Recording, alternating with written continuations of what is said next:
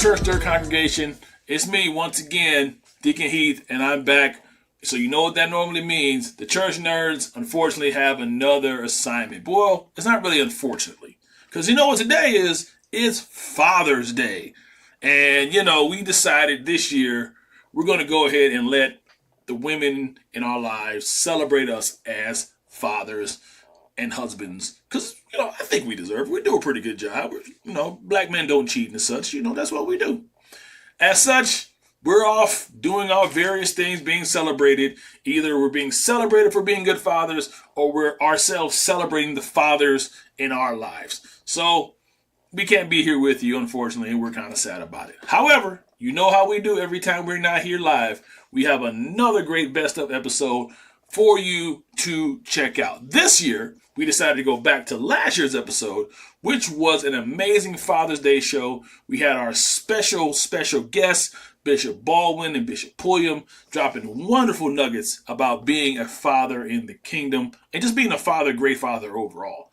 So stick in and tune into that. And like I said last week, we have a phenomenal surprise. So next week, June 27th, we will be back live with a super exciting special guest.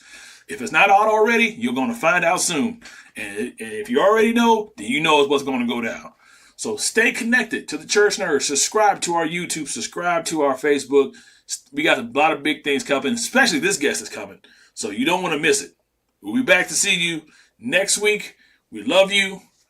On to the episode.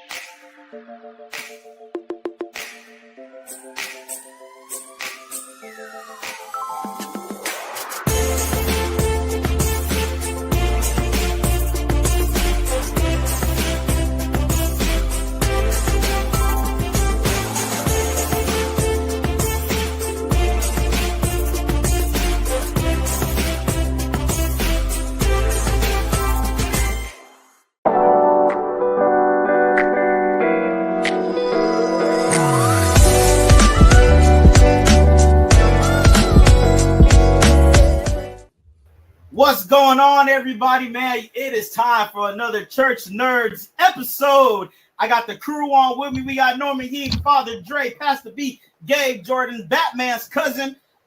He wants to keep his identity a secret. Darrell said he'll log in as soon as he can. We are the Church Nerds. Make sure you like, comment, subscribe to our Church Nerd pages. Be a part of the Church Nerd congregation. Be a certified Church Nerd. And we want to say Happy Father's Day. This is our Father's Day episode. Yeah. Happy Father's Day to all the fathers out there, man. If you're doing your job, then you can claim to be a father. And we got two special guests on with us, man, all the way down in Alabama. We got Bishop Jonathon Pulliam is with us today. And from the great state of Wisconsin, we got my father, Bishop Jerry Baldwin Jr. Bishops, welcome. Hey, Jay, welcome. You got to come correct. It's diocesan bishop. I'm sorry, diocesan bishop Jerry Baldwin. Congratulations. Get him right. It's been a year since you've been officially installed, but congratulations.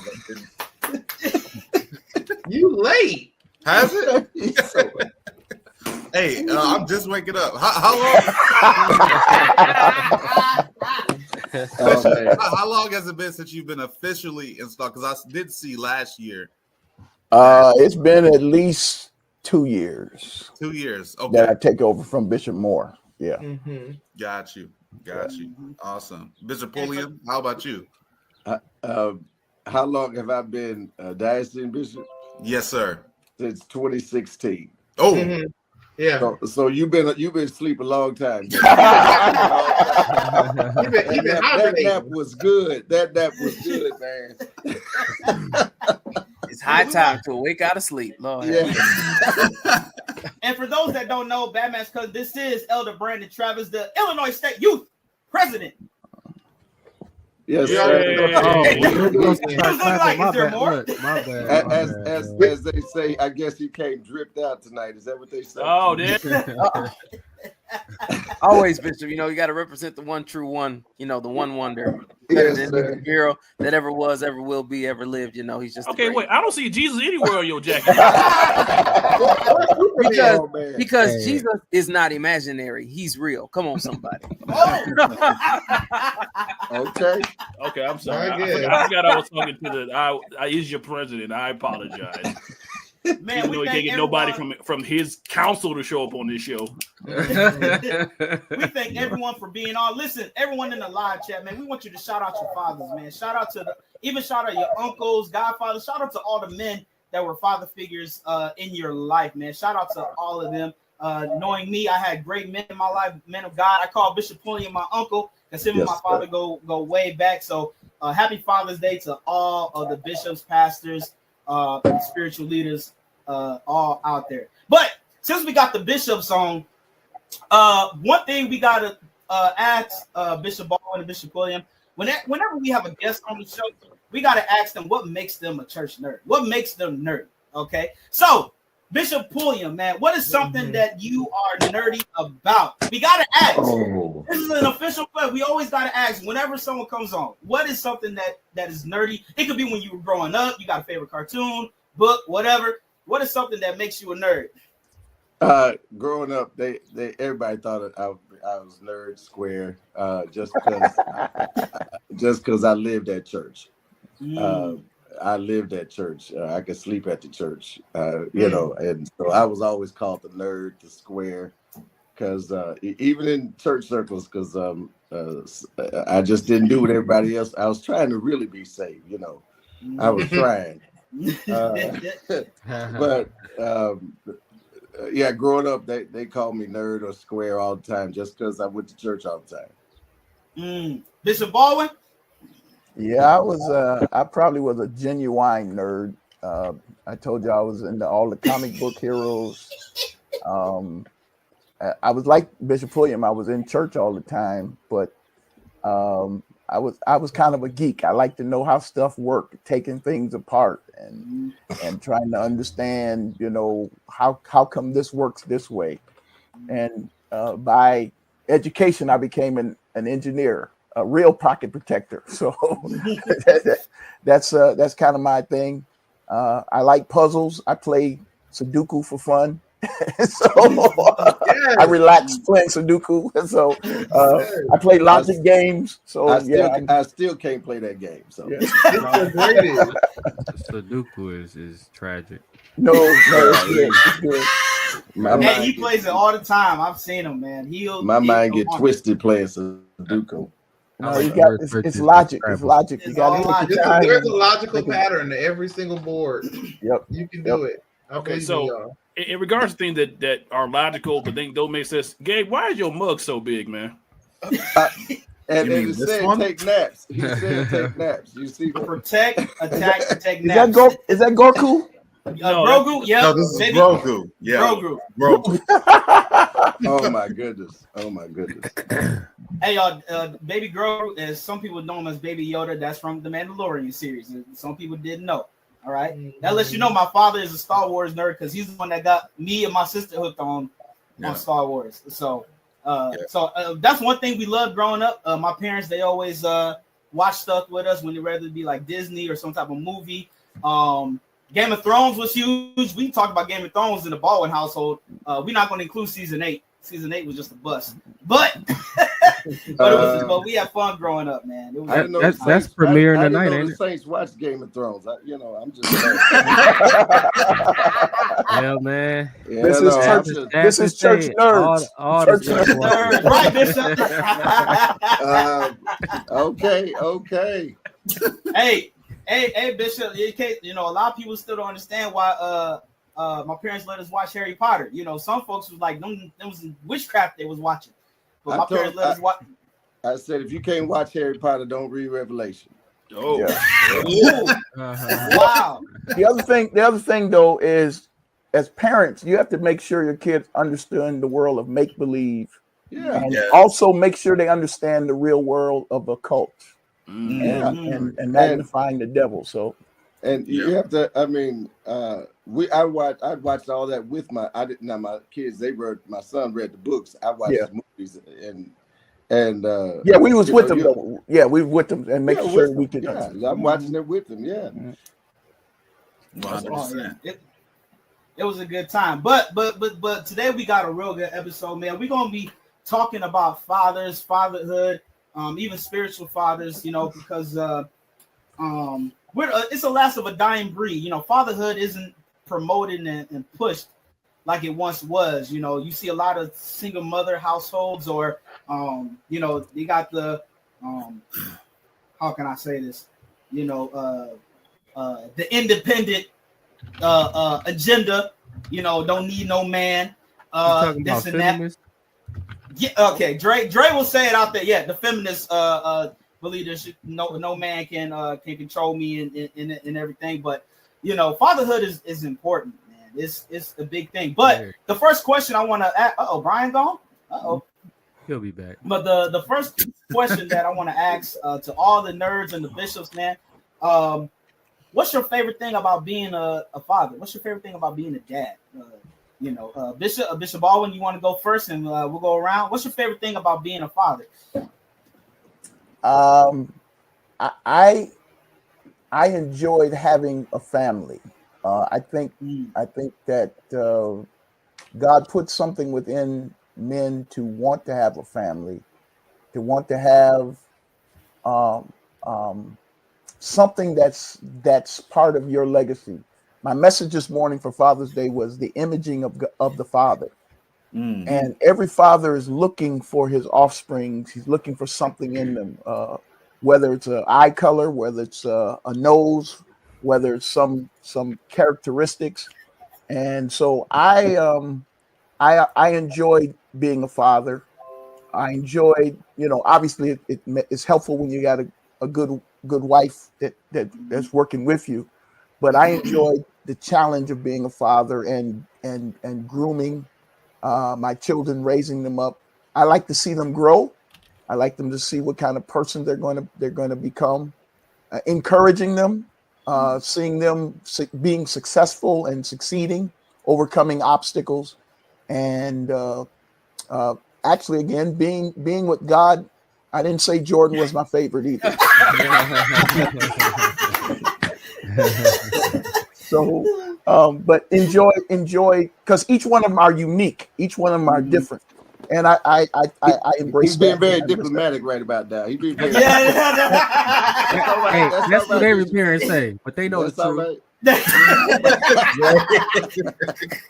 When Jackie and Jordan were playing basketball, first started playing basketball, they played on opposite teams, and every year they were in the championship against each other. Oh man! So I couldn't choose blue for a Jordan's team. I couldn't choose red for Jackie's team. So I just stood in the middle. What jersey did you wear? I didn't wear no jersey. You didn't wear a jersey. It don't matter. Hey, Bishop said he came with his clergy attire. No. But I was like Solomon. I'm splitting the baby. So it don't matter. It don't matter. A Baldwin gonna win tonight. That's all. That's it. And we were champion 3 years in a row. Yeah. Wow. My team and how I made Jordan frustrated with that defense. Lord have mercy. Y'all, just so y'all know, my sisters are gonna be talking to each other probably through this entire show. Then they're gonna call each other after the show, talking trash. So my dad gonna have to be the mediator again afterwards. Bishop Pulliam, man, what's your favorite thing about being a dad? I think my favorite thing about being a father is just like Bishop Baldwin. I almost said Jerry. Just like you said, watching your children grow and become, because this world is so crazy and so many things are thrown at them. But to watch them make right choices, watch them fail, get back up, and then become the best person that they can become. And then to turn around and hear them say thank you. Right. Joshua, Jonathan, and Carla have.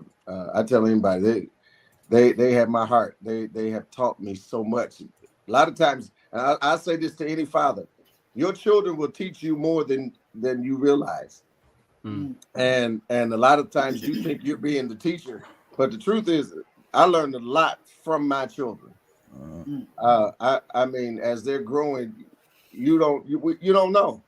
You don't know. Sometimes you don't know what to do, how to do it. But I think my favorite thing is watching them become what they can become, and I appreciate the Lord for all that He's done with them. So that's awesome. Dre, you the newest dad of the Nerds. Well, what's your favorite thing about being a new dad, man? I must say, it's probably the most generic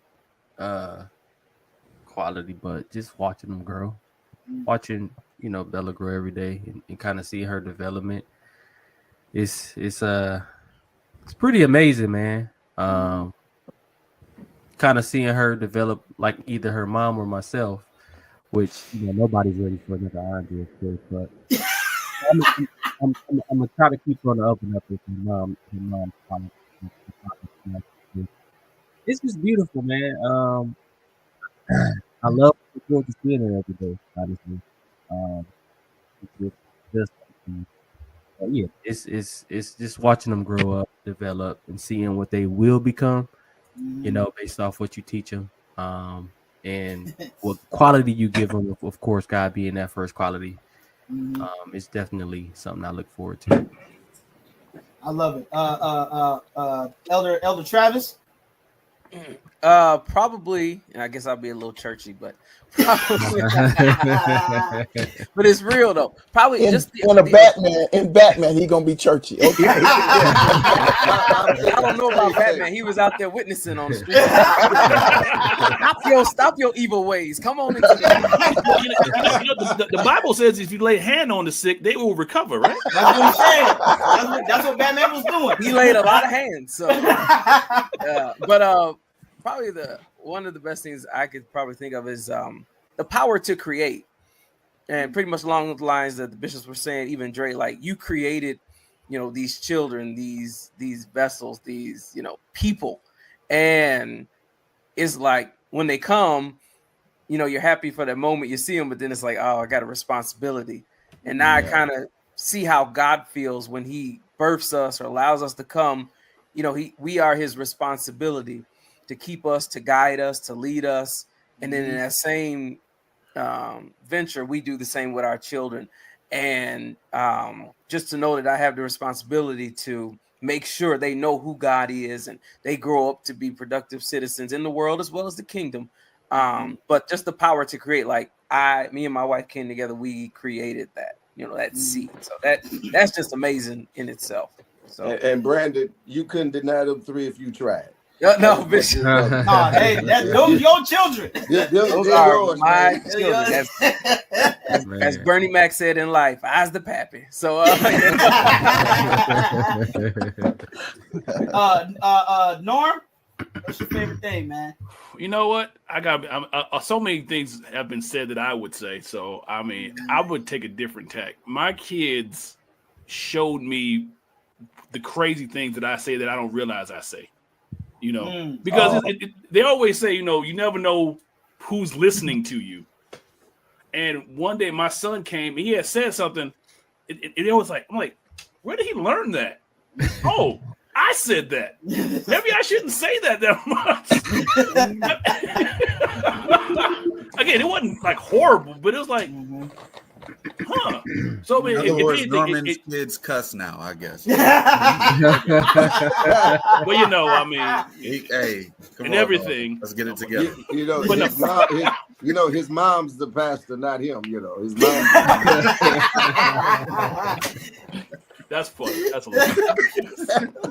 But I mean, if anything, it helped change my mindset. If anything else, because having children.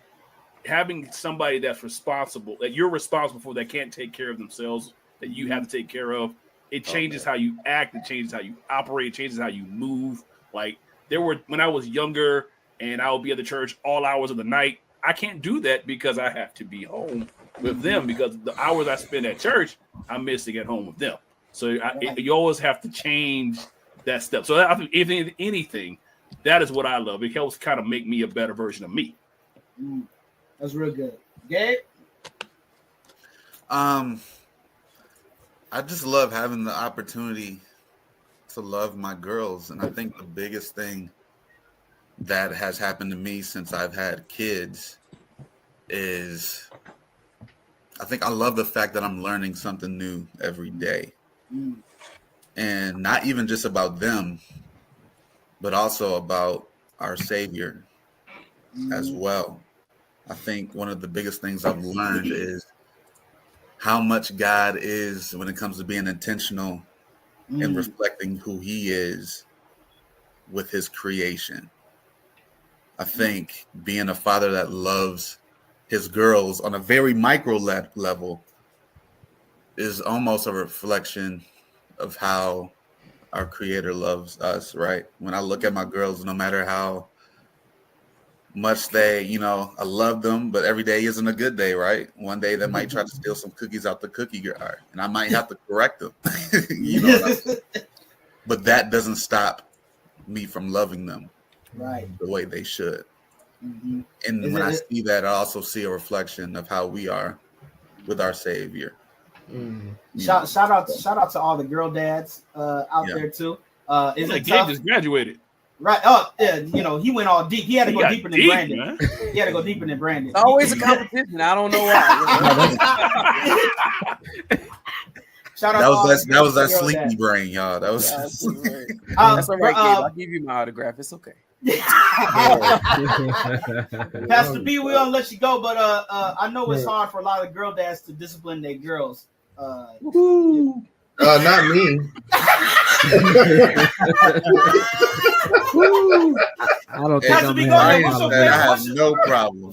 I don't think what's your favorite thing about being a father, Pastor B? And y'all been all deep and sappy and sentimental. It's been really touching my heart. It's been wonderful. My favorite part about being a dad is bedtime. Hey, Brian, you are nuts. I'm with you. Is it bedtime yet? Bedtime. Everybody, time for bed. We have a bedtime routine. It's amazing. It's like everybody's going to bed. It's beautiful. It's wonderful, dog. Oh my God. Seriously though, it is bedtime. But second to bedtime, it is everything y'all said. I feel like I feel like I have this, first of all, responsibility to shape these young lives in a way that they are able to sustain beyond me at someday. Because ultimately that is the goal. I think Gabe mentioned that it's sort of a reflection of how Christ cares for us. But at the end of the day, Christ's goal is that we are able to learn of his word and then be disciples of his word and be able to stand on our own beyond, needing him every day. Right. And so the hope is that we're able to do that with our children, where they are able to learn of us. Not learn our curse words, Norm. Wow.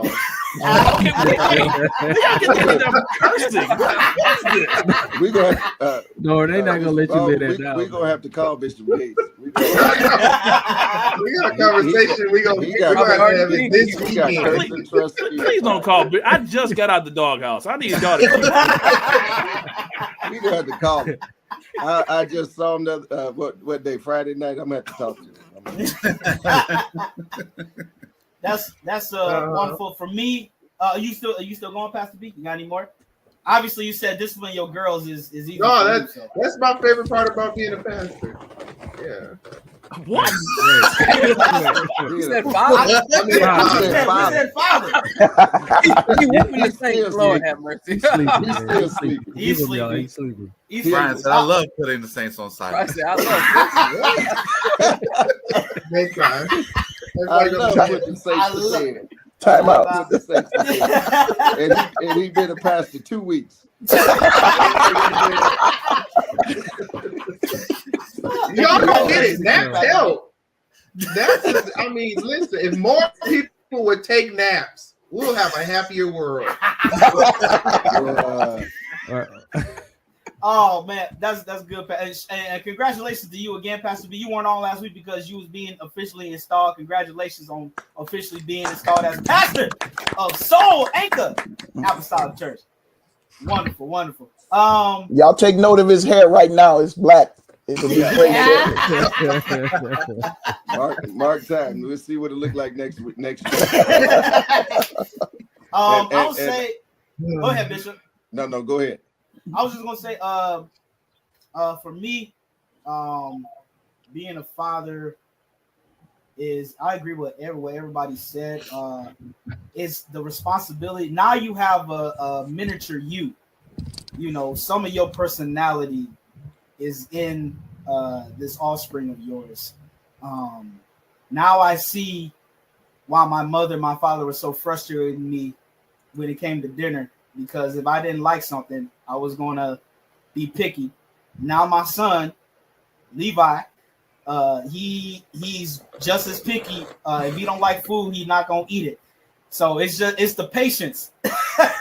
You know, I find myself acting like my mom. Just eat the food. but my favorite is definitely my favorite part. Learning while we go. You know, it's definitely one of my favorite things. Watching them develop. One day he may not know how to do something. The next day, all of a sudden he knows how to do it.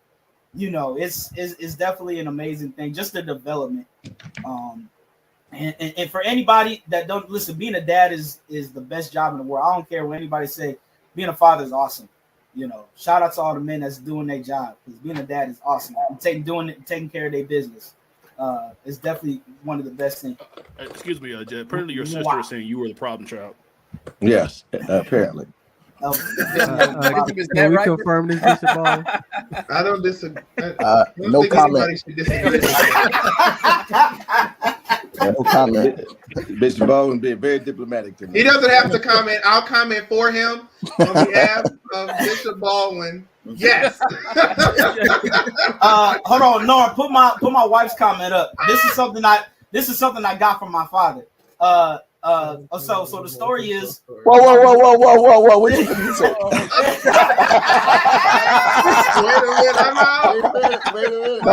I'm just messing with you. I'm just messing with you. Like father, like son. So the story is. Hey, Bishop about to pull rank in a minute.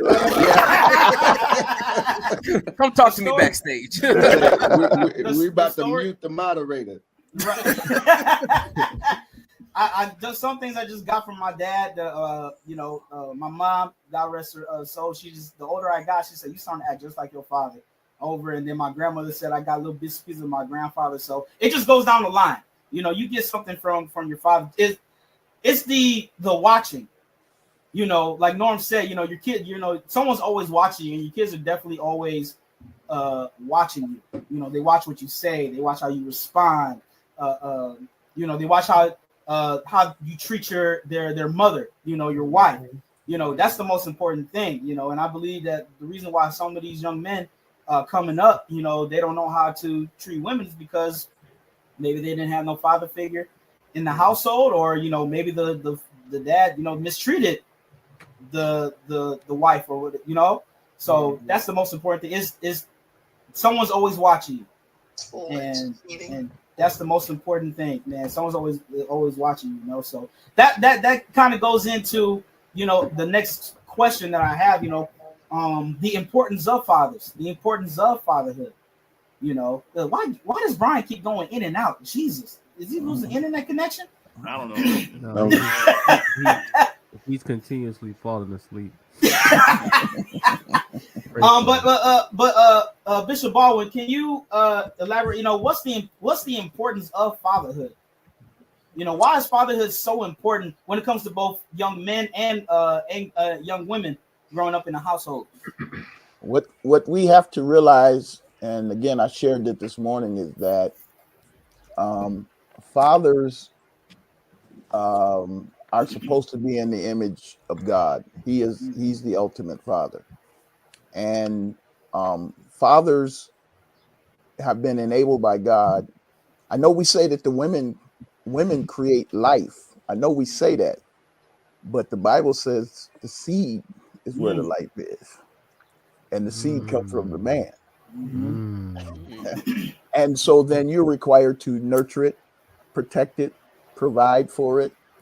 And just as God guides us, and he gives us an illustration of guiding the children of Israel, he gives us the ability to come boldly to him.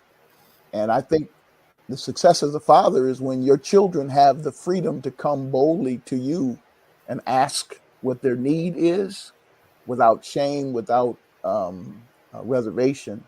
And sometimes our kids ask us some stuff that's a little bit crazy, but if you step back and say, well, I generated that mindset, I generated certain things within them. My oldest daughter, Jerice, she was born with cerebral palsy, and so she's handicapped. And I was away in Texas at Bishop Edwards Church, and I got a call from a social worker, and says that she wants to move out the house. I mean, where's she going? What is the problem? Who she thinks she's gonna live with? And I was fuming. I was hot.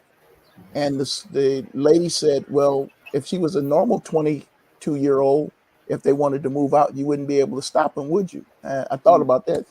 So no, that's true.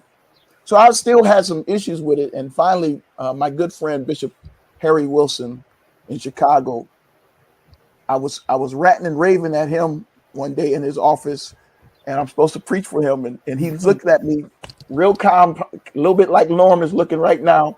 When I got done, he said, well, what you want to do, Jerry? That's how you raised them. You raised them to be self-sufficient. And so, as he said, them words come back at you a little bit, you know, and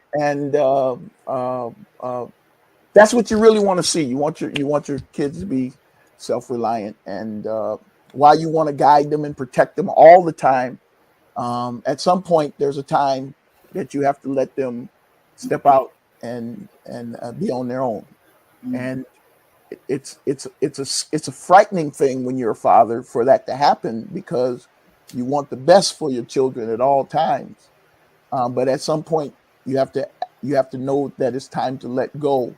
And when that is, it's different for different children, but ultimately they got to fly the coop. Bishop Pulliam? The importance of a father. I was sitting here listening to Jerry, Bishop Baldwin, but the importance of a father, and I just want to say this: you have to be more than just there. And I heard this coming up. Just be there. No. You can't. You can be present and absent at the same time. Amen. As a father, you can be in the house but absent from their lives. You can't do that. And I think it's intentional. I think it's intentional. The enemy attacks men, attacks fathers, and we have such a disparage in fathers being in the house, and especially in African American homes. And we can trace it back to slavery. We can trace it back to whatever we want to do, but you have to be more than just in the house. Yeah. You have to, the Bible, there's a scripture that says, train them up in the way that they should go. I was listening to Jay, and he said, you got a mini me. That can be a problem, because you want them to be what God called them to be. And so you have to be more than in the house. As a father, you have to be in their lives. You have to be now. True, I when my boys were in elementary school, I still don't know how I did this. I ended up being the PTO president. Jesus, that was a saved PTO. It was anointed. Ended up being the PTO president. And just because I wanted to be a part of their lives, and when they ran cross country, I was running cross country with them. I was, when they singing in the chorus at school, I'm sitting there, busting them to drama practice and all the kids with me. You can't just be in the house. The importance of a father, they need to know your voice, Mm-hmm. and they need to hear it when they're absent. Yeah. They need to know your voice so much that when you're not there, they still know their daddy's voice. Mm-hmm. And you can't just. And I never forget one situation years ago. This happened with my oldest son. I had an upper room, y'all. I go upstairs and pray, and my sons were across the hall, and my oldest son jumped out of his crib and he jumped on my back while I was praying. He wanted a horsey ride, so I put him in his crib. After about the third time, I couldn't pray no more because I was getting mad at him. I'm getting frustrated. But I believe I heard the Lord say, sit him there and let him hear you pray, and play with him after. So I sat him next to me. I said, Josh, sit here. And he sat there. I thought he was going to jump on. He sat there. I prayed. But then after a while, it got in him. So you have to be more than present. And as they grow, that relationship changes from being, now they're in their late 20s, and our relationship is different. I still have to be more than just there. I think sometimes they need us more now than they did when we were younger. Bishop, that was Listen, if I could add to what Bishop Pulliam was saying, and as a father, one of the greatest things is when your children come back and tell you what that means to you. Yes. About you being more than just there. Yes. Now, again, I go back to I've never seen a one-winged bird fly. And so you need both the mother and the father. Absolutely. And my wife told me at one point, I'm traveling all over the country, I'm engineering, blah, blah, blah. And I would be missing some of their activities. And she finally told me, she said, Jerry, the kids need to see you at the school function. Absolutely. And I was like, well, I'm working. I'm trying to make sure they have a house, your roof over their head, and clothes and food to eat. She said, but they need to see you. Yes. So I made it in my mind to do that, just as Bishop Pulliam is saying. And when my girls was playing basketball, and I worked in another state, so it took me 30, 40 minutes to get home. But I would leave a little bit early, get there, and just so they would know that I was there, if one of them was shooting a free throw, I would yell in the gym, and what I would yell is legs, and I had taught them how to shoot the free throws using their legs, and they wouldn't even turn around, and their teammates would say, "Who is that yelling?" And they would say, "That's just my dad." They knew that I was there. And there was a couple occasions I would come to school plays and I'd come in late and they didn't know that I was there. And they say, Daddy, you didn't show up. You didn't come to our thing. I said, I was there. They said, you were? I said, you did this. This person said this.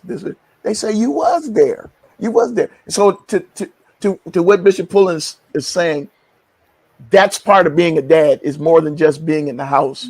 You got to be involved in them and share with them and be really a part of molding their lives. Absolutely. Yeah. Absolutely. That's beautiful. That's one of the best things. Like my father said, being at our school functions, because we were all in sports, and sometimes, obviously some of us would have games on the same day, but but we knew that either he was there or my mom would tell him. But it was a huge deal when he was there. I remember my sister's basketball games. The girls will, I think they're watching still. They get irritated whenever they hear Dad say legs. During a free throw, but when we all got older, it was all appreciative. My senior year, my father, our state championship game for football, we went undefeated, and the championship game landed on a Wednesday. Where's the And ring, Jay? Where's the ring? Where's the ring, Jay? Where's the ring? Hold on. You see it? Where's the ring? You see it? You see it? 14-0, baby. The game landed on a Wednesday, and that's Bible class night. And some of us that grew up old school, there was nothing you were supposed to have nothing on no church night on Bible class. But I remember my dad, he said, "No, I'm coming to the game." He said one of the other elders, they're going to teach Bible class. He said this is an important game, not just for the school that he graduated from, for the city of Kenosha, but important for you as my son. You know, going to a championship game, everybody don't do that in high school.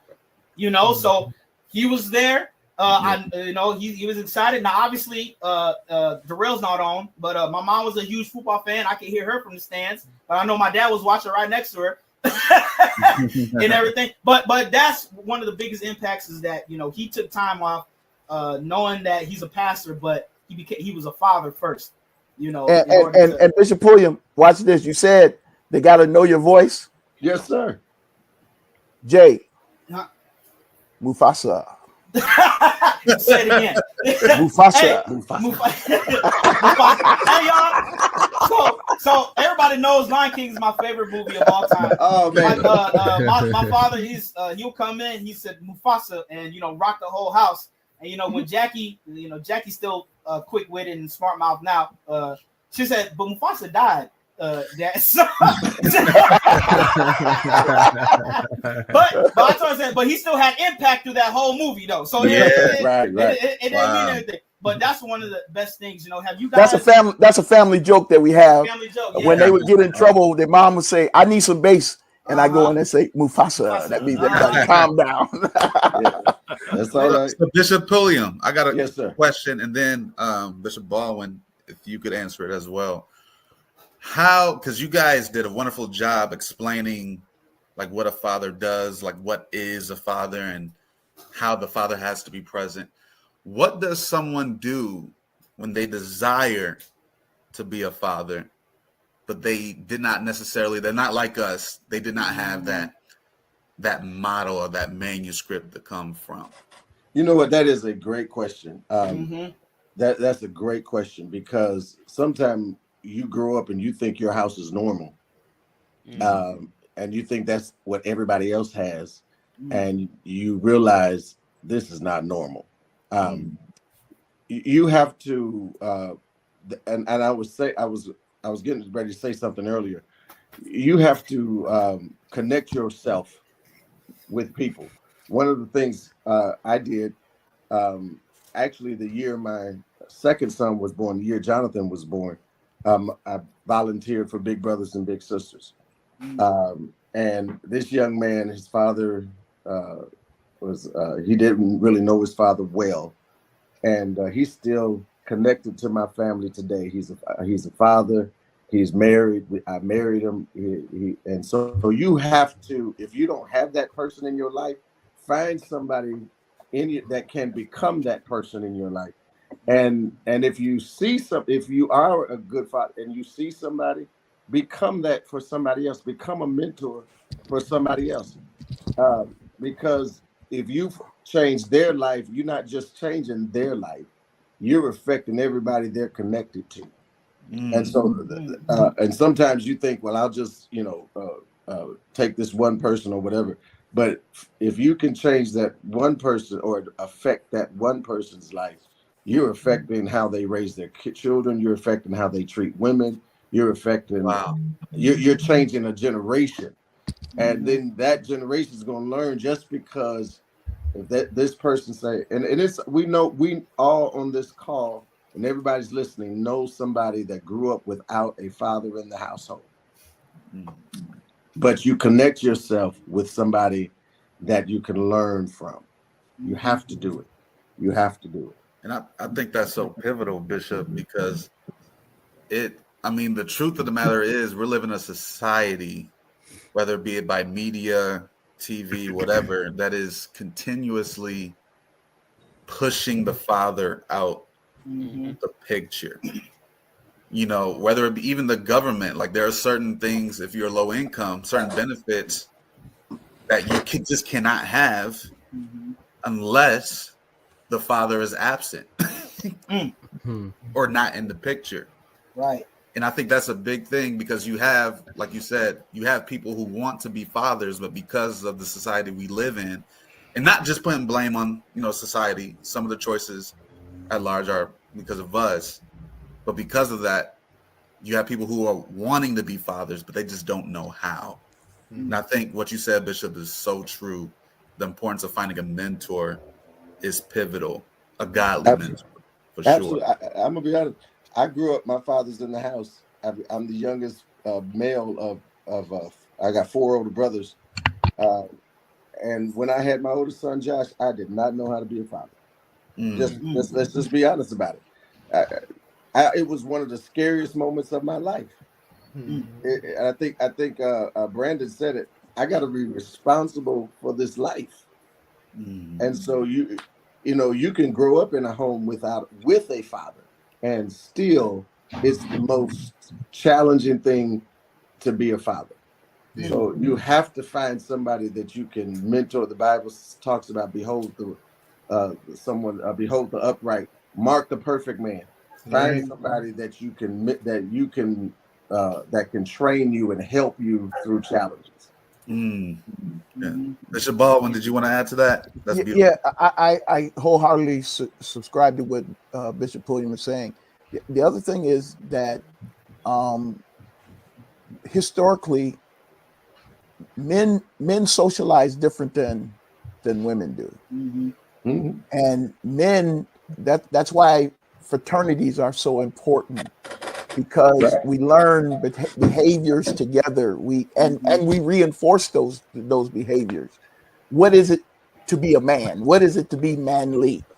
And so Bishop Puddin talked about finding some mentors.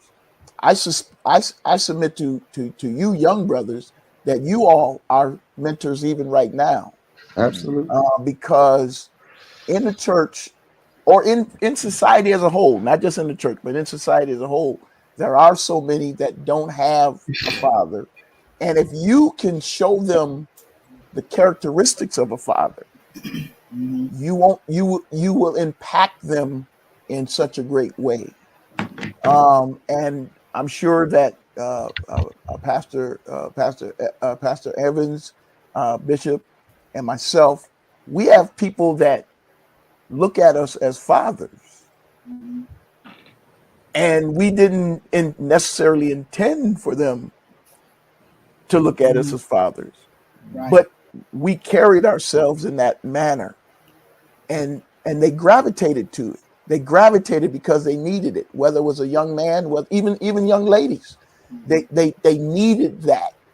And if you embrace that, what God has put into you, as he said, you will affect not just them, but the people around them.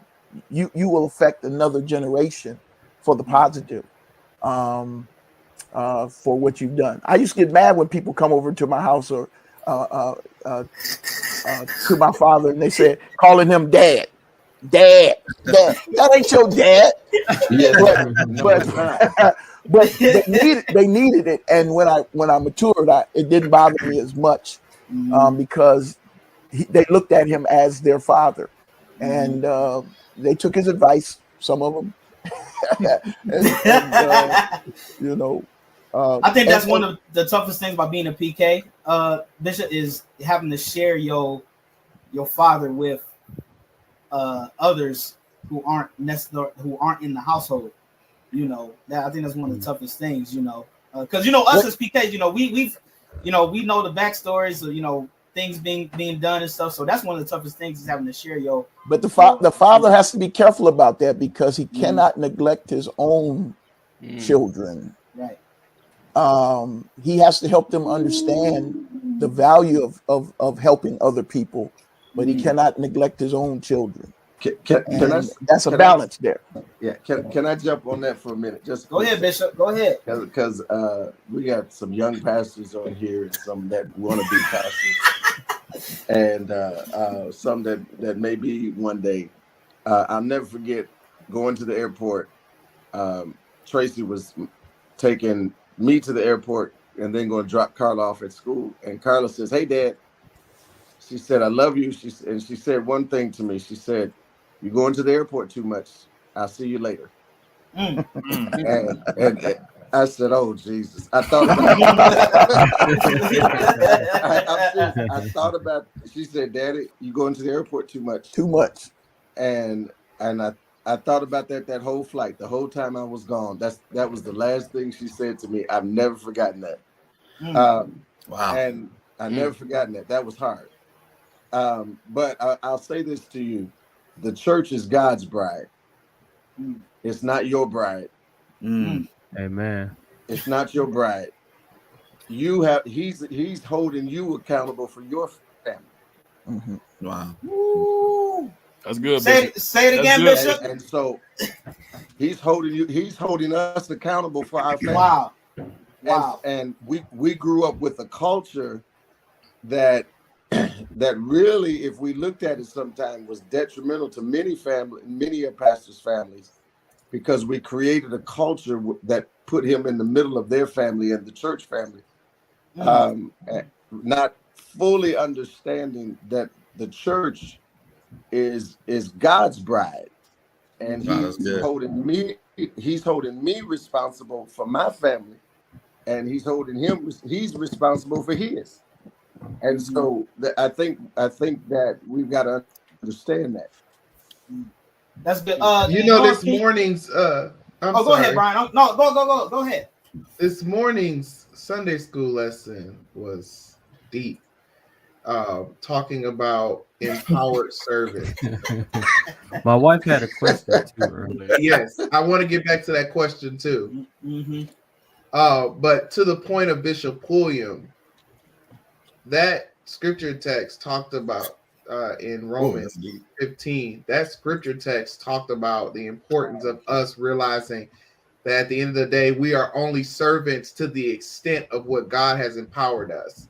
And sometimes we try to be more than what it is that God has empowered us to be. We want to be, daddy to the whole church, and you're gonna wear yourself out. Then you're gonna need somebody to strengthen you. You which are weak, you ain't gonna be able to bear nobody else's infirmities if you know good for yourself. And so I think Bishop Pulliam makes a very good point that we have to be very careful, and Bishop Baldwin as well, that we have to be very careful not to overextend ourselves. And I'm sort of preaching to the choir because I'm definitely talking to a group of brothers that can be difficult at times to figure out where that balance is. Like, where is that line where you aren't, running yourself so ragged to where when you get home, you have nothing left. And so that kind of delicate balance is something that we have to learn as fathers and as men.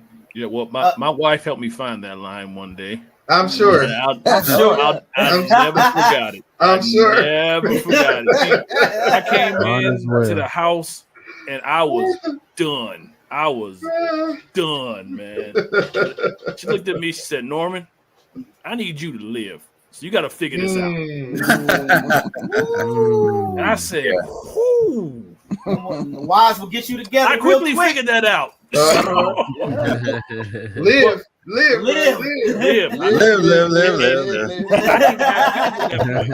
I was still just me and her. But even I think now I'm glad she said it then, because had she said it with kids, who knows how crazy it would have been.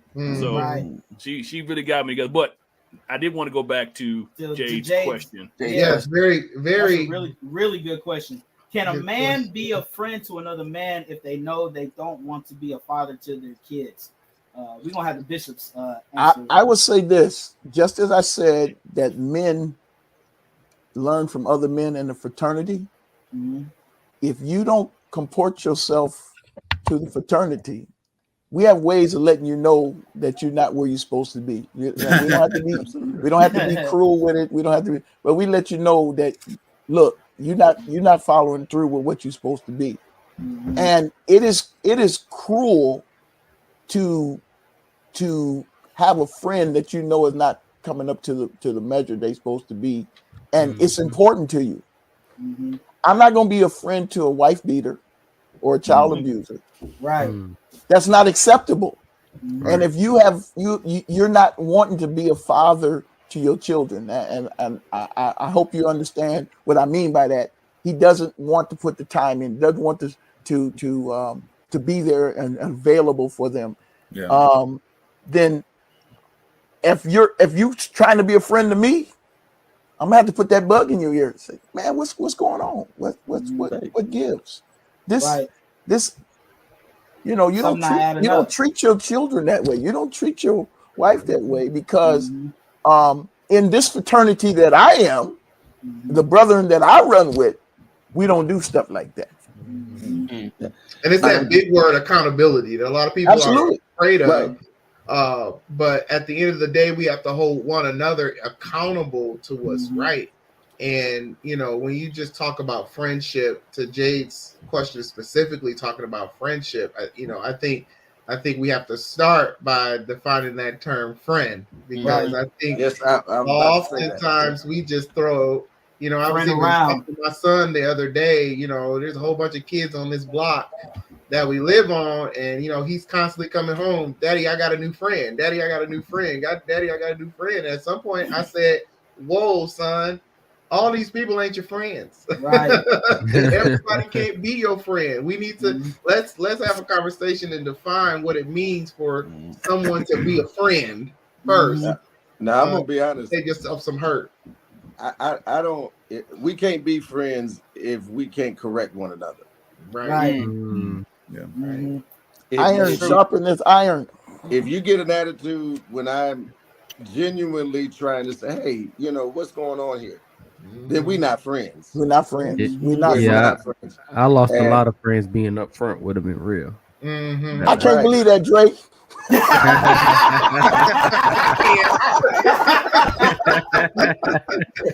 Going on, Simeon. Look, my What else, father Simeon? taught What's me going how to on? be authentic.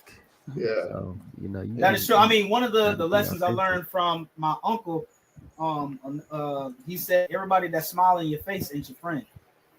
So that's an important lesson, that To this day. stuck with me to this day. Everybody that's smiling in your face ain't your friend. So and everybody who call you friend ain't your friend. Your friend. Ain't your friend. The Bible says folks gonna say, Lord, Lord. He gonna say, Lord, Lord, who are you? I've learned. Hey, he gonna be like learned people- Thanos in that one scene with the Scarlet Witch. I don't even know who you are. Exactly. You see Jade's comment about are you loyal to the friend or loyal to the principles? Yeah. Principles and values never change. That's true. Right. Principles and values never change. And if you are able to change your values and your principles that quickly, then I suspect you don't have any friends anyway. Say it, Bishop. Wow. And your friends ought to share your values and principles. Because if they don't, they ain't your friend. They ain't your friend. And I'm gonna be honest, you have to be careful when somebody wants you to change your value just to hang around them. Yeah. Say it again, Bishop. If they want you to change your values and principles just to be in their life, you need to check who you hanging with. Yes, sir. I know this is church nerd, but he said if a person walks disorderly, do what? Withdraw yourself. Withdraw yourself. And you have to have the strength. And I'm gonna be honest with you. Sometimes the right one won't show up till you let go of the wrong one. My Lord, got to be folk around you. And the folk who really supposed to be around you can't get to you because you got all these folks around you. Because you all got these folks. Hey, that goes it's y'all fault for getting preachers on here now. That's Pulliam. Do you have any? I mean, if you don't mind sharing, do you have any examples without sharing names of a time where you had to? See, Gabe always trying to get people. Always. You do this every Bishops, you do this every Always trying to get the bishops in trouble. Listen, I'm trying to get you got to relate to the audience. I like that. Go ahead, Bishop. I'm gonna be honest. If you can't be real, you can't help me. Yeah. And I've learned you have to be real. And if I'm going to help anybody, and so to Gabe's question, do I have examples? We don't have enough time on this. I could give you examples of people in church that y'all know me. I'm a praiser. Y'all know me. I've had people we hang out with. Now I'm gonna give you a situation. I'm gonna give y'all a real situation. Into it. There we go. We at the holy convocation. Jesus. Here we go. Let me get ready. I'm gonna give you a real situation. Not in Chicago. No. We at the holy convocation in Jackson, Mississippi, in Jacksonville, Florida. Oh, Jacksonville, Florida. And Carla was my daughter. She was small, a little agitated in church, a little agitated and upset. And so I take her to the back of the church just so she got, there's all that space to run around. I'm playing, and she's playing. And we at the holy convocation, preachers preaching, and a church sister inappropriately addresses me with some physical touch in the back of the church, and I said, "Get off me!" And then after that, someone asked me, literally, "Hey, can y'all go hang out with us?" I told him, I said, "Where you want me to put my family?" I said, "You want me to go upstairs, tell my family to go to bed so I can go hang out with you?" I'm not doing that. Wow. I'm not doing it. So at the holy convocation, y'all, okay. So now they calling me square and funny and crazy, but I'm not going to keep you happy just and to put my family in a situation. Right. And so you have to make, and people will try you. Y'all, and that don't happen, y'all. Come on. Right. That stuff don't happen. Yes, it does. It happens all the time. You have to make decisions. People in leadership, I'll never forget. I won someone's respect because I didn't do what they asked me to do. And it was one of our leaders came to me and going to pull rank, told me, he said this to me. He said, "I need you to go." We were in Dallas. We were in Houston. He said, "I need you to go with the young people to out to the park." I said, "All due respect, I have a meeting. I'm not going out there with the young people." He said, "I said, you go with the young people." I said, "No, I'm not going." And so he left me alone.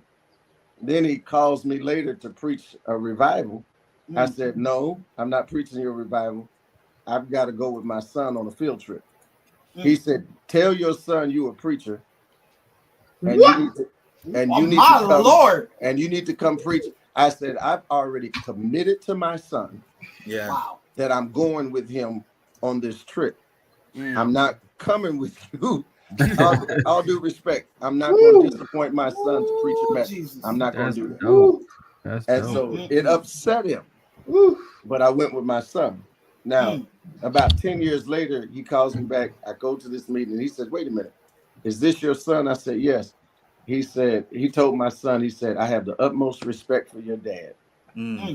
Because when other preachers would have come preach the message, your father decided to go on a field trip with you. And my son said, "When did that happen? You didn't tell me." I said, "I wasn't supposed to tell you." Right. That you didn't need to know none of that. All you needed to know was we going on a field trip together. So it happens, and you have to be able to. I hope I answered your question.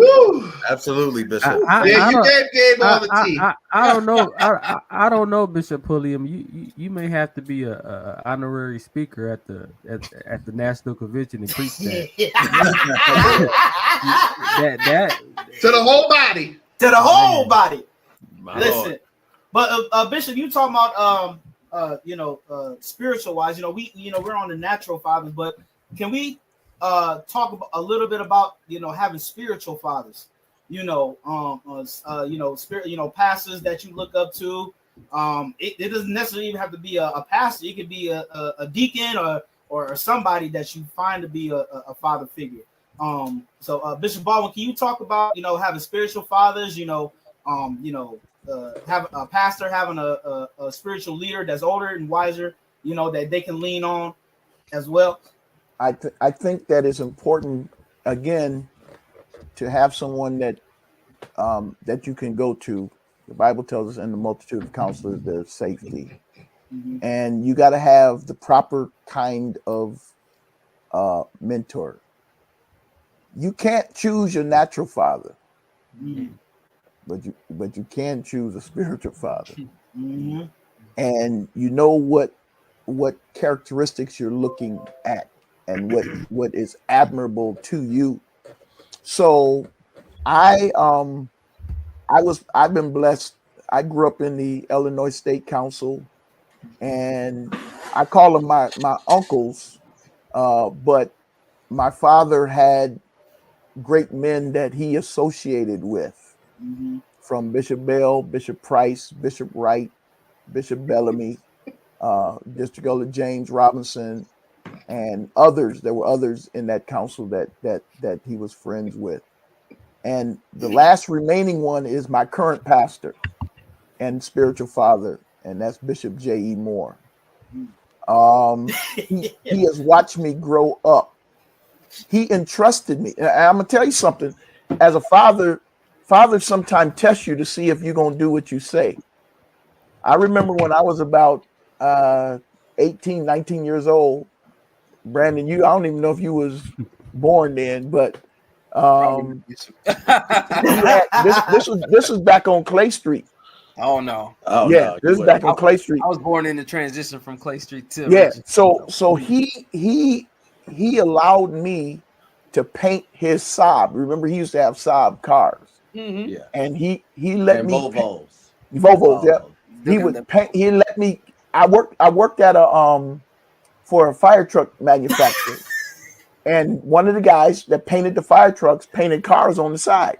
Good question. Bishop let me get his car painted, gave me the keys, gave me the money, told me to, and he did it, and I drove the car back to Joliet. And they said, "How you get Bishop's car?" What he did was he trusted me. He let me. He gave me a chance to prove myself.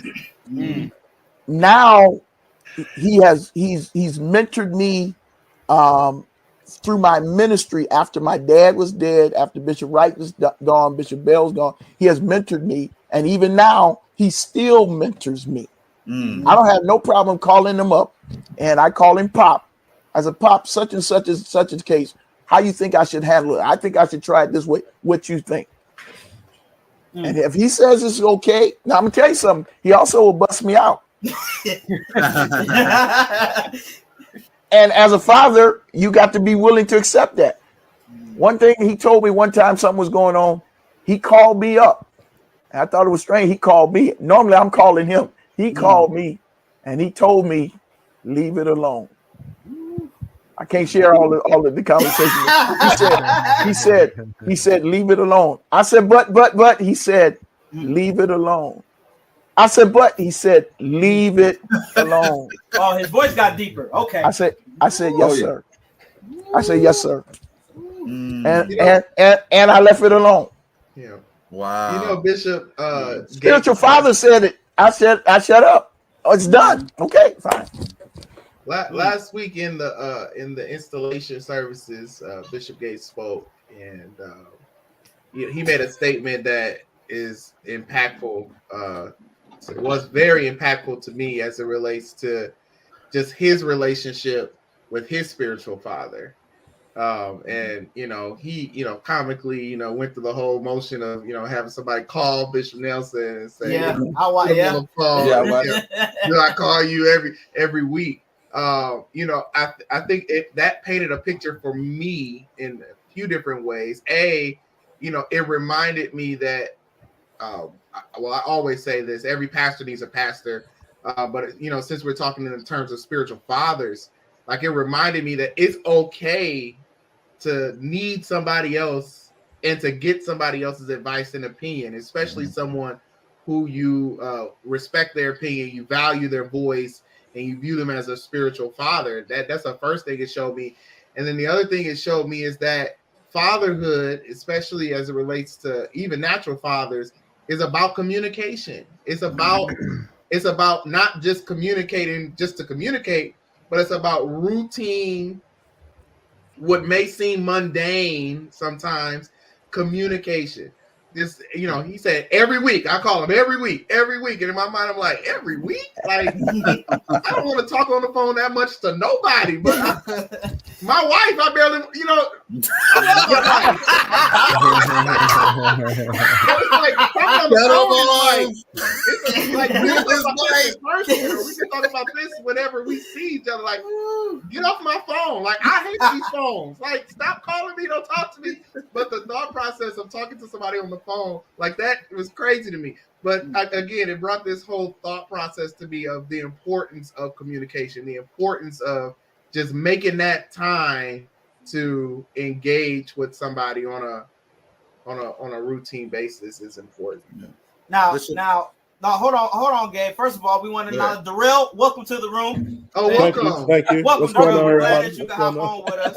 We gonna hold you accountable in post lobby. I was celebrating Father's Day with the in-laws, so you know, That's had to keep the peace. He learned from Adam. Blame it on somebody else. You gave me. I've been enjoying listening. I'm learning learning stuff. You know, not to cuss in front of my kids, and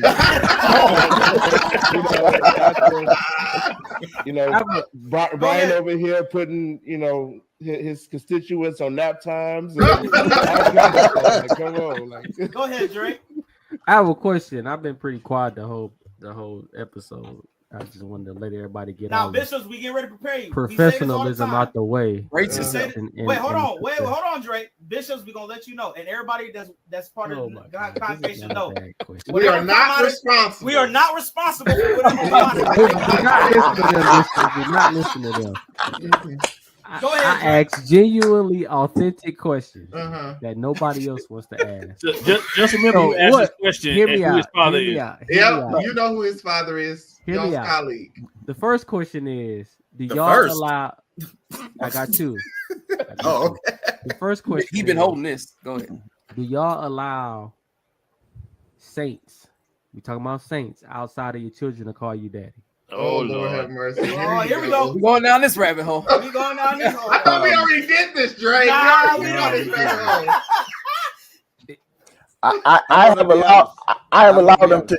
Yeah, I have allowed them to do it, but it's not something that I encourage. I don't try to kill a person because I don't know where their position is. But I always make it clear my children, as opposed to what I'm doing for someone else. But if they view me as that, like I just said, I call Bishop Moore Pops. But I know that I'm not a Moore. So now I've got several godchildren. Brandon's daughter is my godchildren, and I have several that call me Pop or other things outside of my three children. However, I don't ascribe that to the average church member. No, I think that. You have to. Situations are different, So to answer that question, now I'm gonna be honest. Daddy is a different term. That's a different context of the word, not That's the a actual different term. attribute of No having diddy, kids no diddy, no in diddy. Christ. I get that aspect, but Daddy, I've just heard this. No, and no. Okay, no. so it makes you uncomfortable, right? Yep. Yes. Very There we uncomfortable. go. That's all I needed to know. And if anybody's listening, that's all you need to know. Stop doing Jay, Okay. He What's said, up? "Stop doing that." all right. Can I ask one more question? Go ahead. Wait, Dre had two. I Dre had got two another questions, question. Gabe. We need I'm to trying hear to that. inter- I'm trying to intercept my Hey. time. I didn't let you talk. I don't know how I feel about this. The next We question skated by with the first one. Question number two. Number two. is, can you balance husbandry and fatherhood? Now that's a question for Sister Baldwin, my dear sister Kimberly. I think that's a great question. Did you say can you? Balancing. Well, like Can you how discuss how you balance husband? Oh, life. how you do it? Okay, yeah. Now I'm gonna say you better balance it. I'm gonna show you something. I'm gonna get a little deep, I guess. When the Lord told them they were one, there were no children involved. Hey, I felt the anointing on that one. when you look at in the Bible in Genesis, and he said the two shall become one. There were no children involved yet, and so then they got two children. Now, then they got two kids, and one killed the other one. Mm-hmm. So they have family drama. Mm-hmm. But I think one of the biggest problems that we have, and I'm gonna be honest with this, is you let kids become one in your and get between husband and wife. Wow. And and that's something you want to pay attention to, because that can be a place where there's a rift in a marriage. And so you have to be able to address that in your marriage, because when kids grow up and they're gone out of the house, y'all still married. Mm-hmm. All right. And they got to develop their own families. And there are many couples that during that childhood age, they drift apart because you're raising children, you're working, you're paying bills, you become partners and no longer a married couple. And you better find a babysitter. You better know. I'm serious. You better know how to do date night. You better know how to do some other things while you're raising kids, because it's just as important as being a dad as it is being a couple. Yeah. Right. All right. And I think sometimes we forget that. Yeah. I agree with it, because the question was husband and father.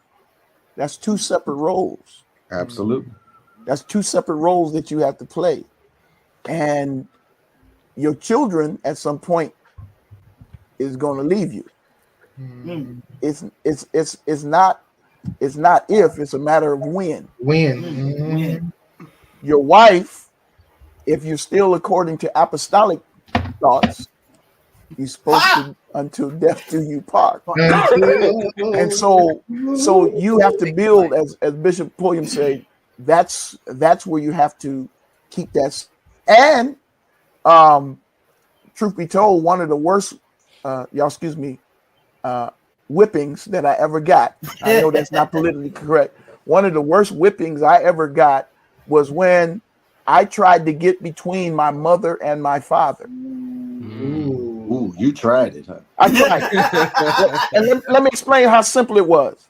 I wanted a pickle out of the refrigerator. I asked my mother, could I have a pickle out the refrigerator? She said no. My Lord. I went to my father. He's on the couch, half sleep. You know how you half sleep and I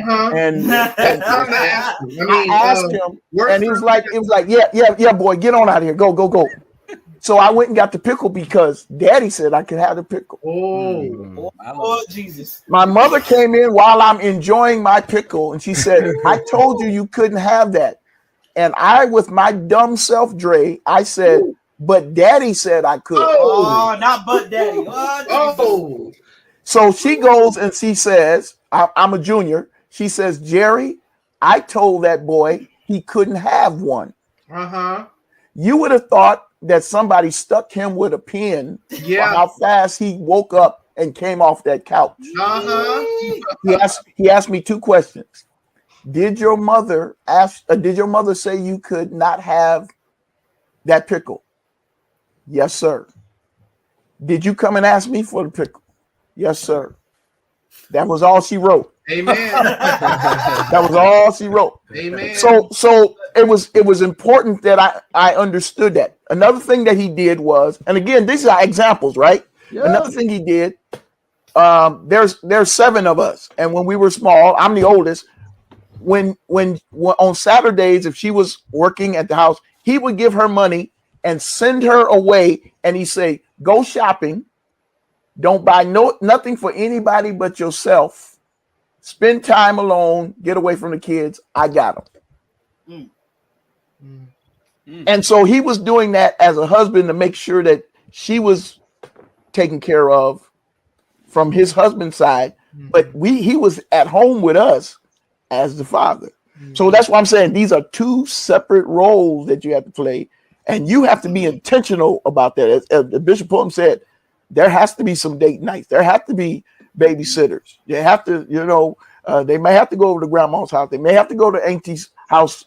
And can you just give us 3 hours? Can you just give us a couple hours and spend the time together and build that marital relationship, just as you have to build that father relationship? That those are 2 separate roles, and nobody should get it twisted, especially the kids. Dre, your wife calling you out there, Bishop. You starting stuff. See, this is why I'm trying to look out for my sister Kimberly, and I got in trouble.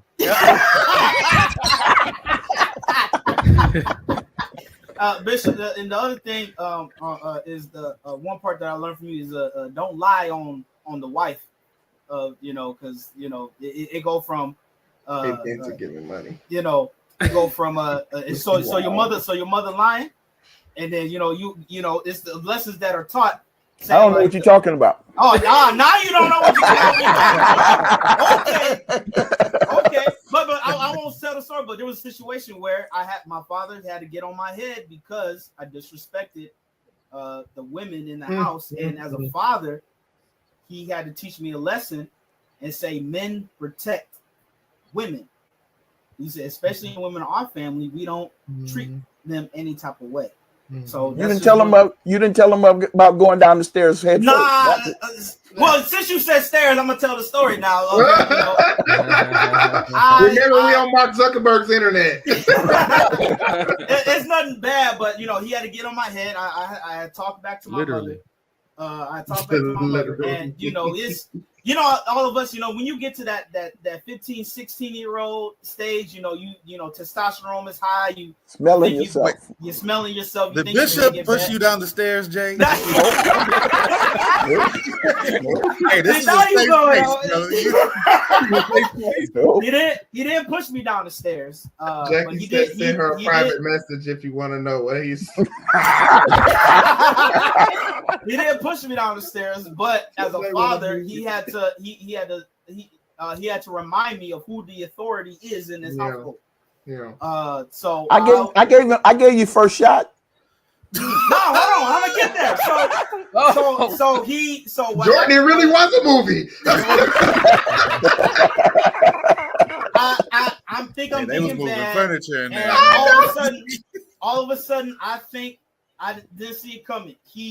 Bishop, y'all see Bishop Baldwin. I knew that was Jerry that night in the Baldwin household.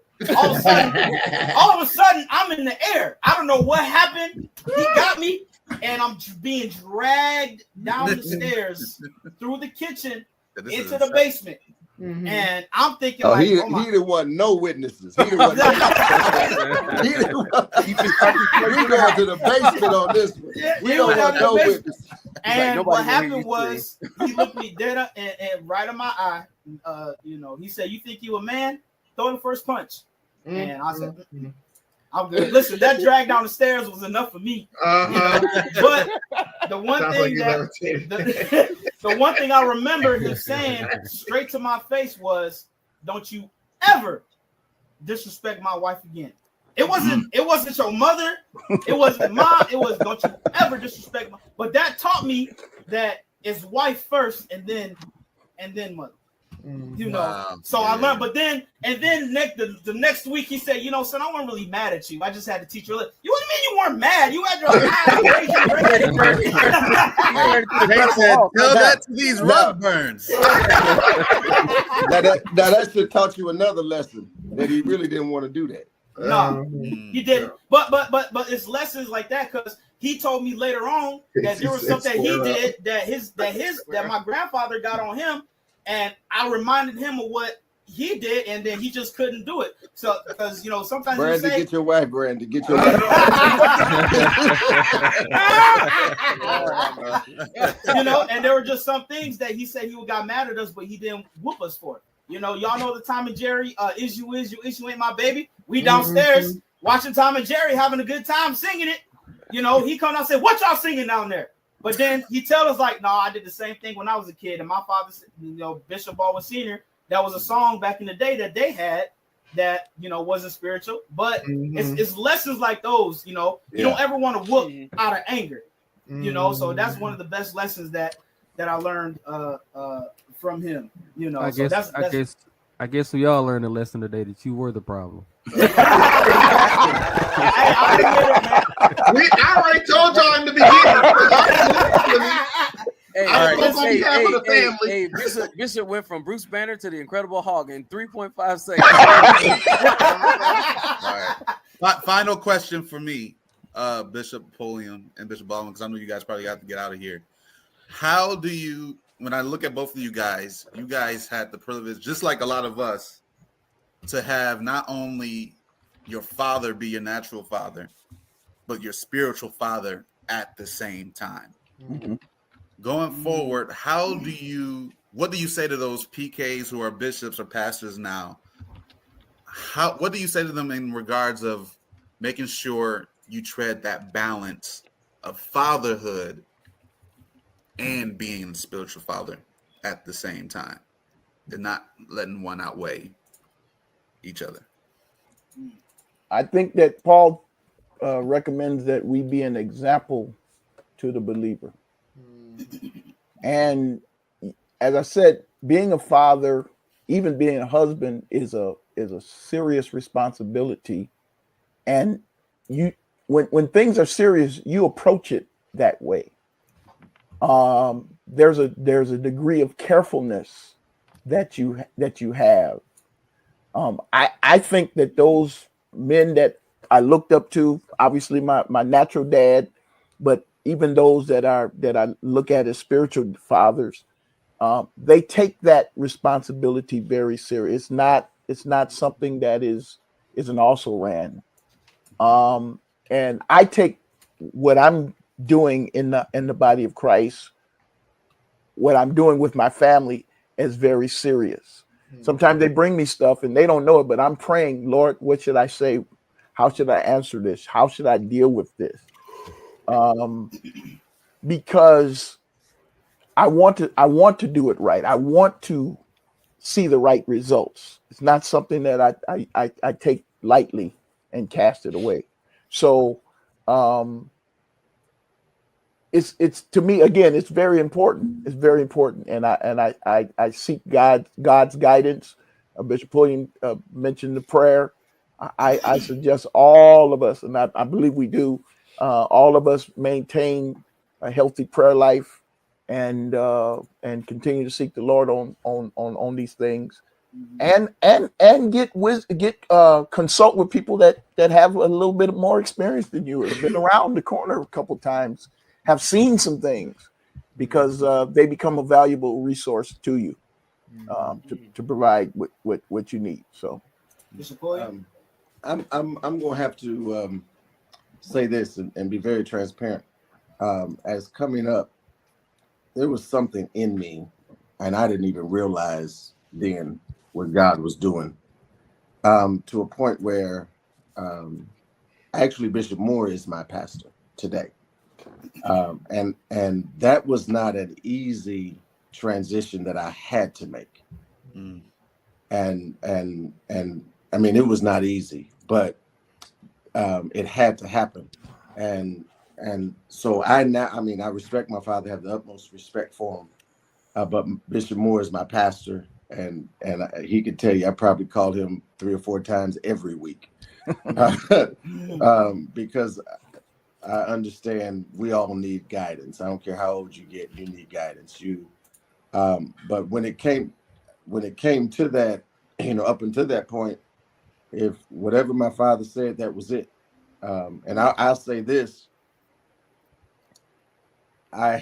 It wasn't until that situation that I was able to differentiate between pastor and father. I was always, that's my pastor first, not my father first. And because in my house, that's how things kind of functioned. And it wasn't until I had to make that transition. And now I have a father. Now I have a spiritual father, and I can deal with both of them in different realms. And it's okay. And I think because it's difficult to have your father as your spiritual father, because sometimes, I'm gonna be honest, they don't know when to be different. And you have to give them that latitude because they're so busy being pastor. Sometimes they don't know how not to be pastor so I can be father. Yeah. And so now that they're separate, I called my dad today. He just wanted somebody to take him to Waffle House. That's all he wanted. Hey, take me to Waffle House. Okay, let's make sure he gets to Waffle House and get whatever he wants, you know. And Bishop Moore is my pastor, and he's gotten on my head several times. Don't you do that? And one time I called him in almost in tears, and he had no sympathy for me. He had zero sympathy. I was like, man, you done crying yet? You know? I was like, man. But it also taught me as a pastor and a father, I've got to know when to stop being their pastor and be their daddy. And that's not always easy because it's in our nature to lead. And you got to lead your family before you lead your church. That's good, Bishop. That's good. Yeah, I'm reading a book right now in my studies, and the title of the book, I don't want to misquote it, so I'm pulling it up real quick. But it's called "Strengthening the Soul of Your Leadership." Who's that by? The book is by Ruth Barton. And the book has this, and Soul Anchor, those that are watching right now are gonna hear this again. So I talked about it this morning, but the book talks about how oftentimes as leaders we get so fixated on our external skills, how we present ourselves and how we portray ourselves externally, that we forget that the true core of our leadership and who we are dwells within the core of who we are on the inside, in our souls. And I mentioned that while I was listening to Bishop Pulliam speak about just that dissonance between being pastor and father. The most effective leaders or the most effective folks who are able to do that type of thing, do that kind of code switch kind of thing, are those who recognize that what I am doing is not for, to be seen or to be, looked at as doing something great. And I love the transparency of sometimes you just don't know what to do. And that we seek deep within to our core, to our souls, to that place where you and God dwell for guidance and leadership as to what we should say and how we should say it, and what manner or what method we should address, whether it's our child or whether it's a member of the congregation, whatever that looks like. That book has been really, really helpful in sort of lining up those kind of that dissonance that happens in all of us. And right now we're talking about fatherhood as it relates to, being a father or being a pastor, but really that could be anybody who lives in dual roles. Absolutely. How do we operate as a deacon at the church and then go to work and be the executive or the manager that we're supposed to be, and not blur those lines, because you take deacon to work and you might get fired. So how do you realize that this is not the place for that? Like that, compartmentalizing those types of things. So that's good. Can I piggyback on what Pastor Evans is saying?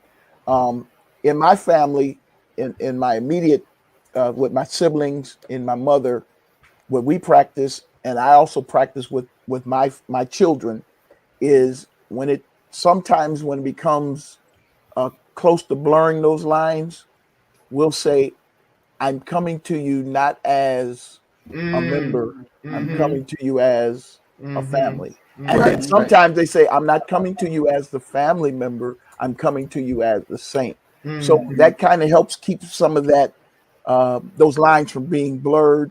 Right. And it kind of puts you in the right frame of mind when you're trying to deal with certain things. So, the pastor's family has a unique thing as well.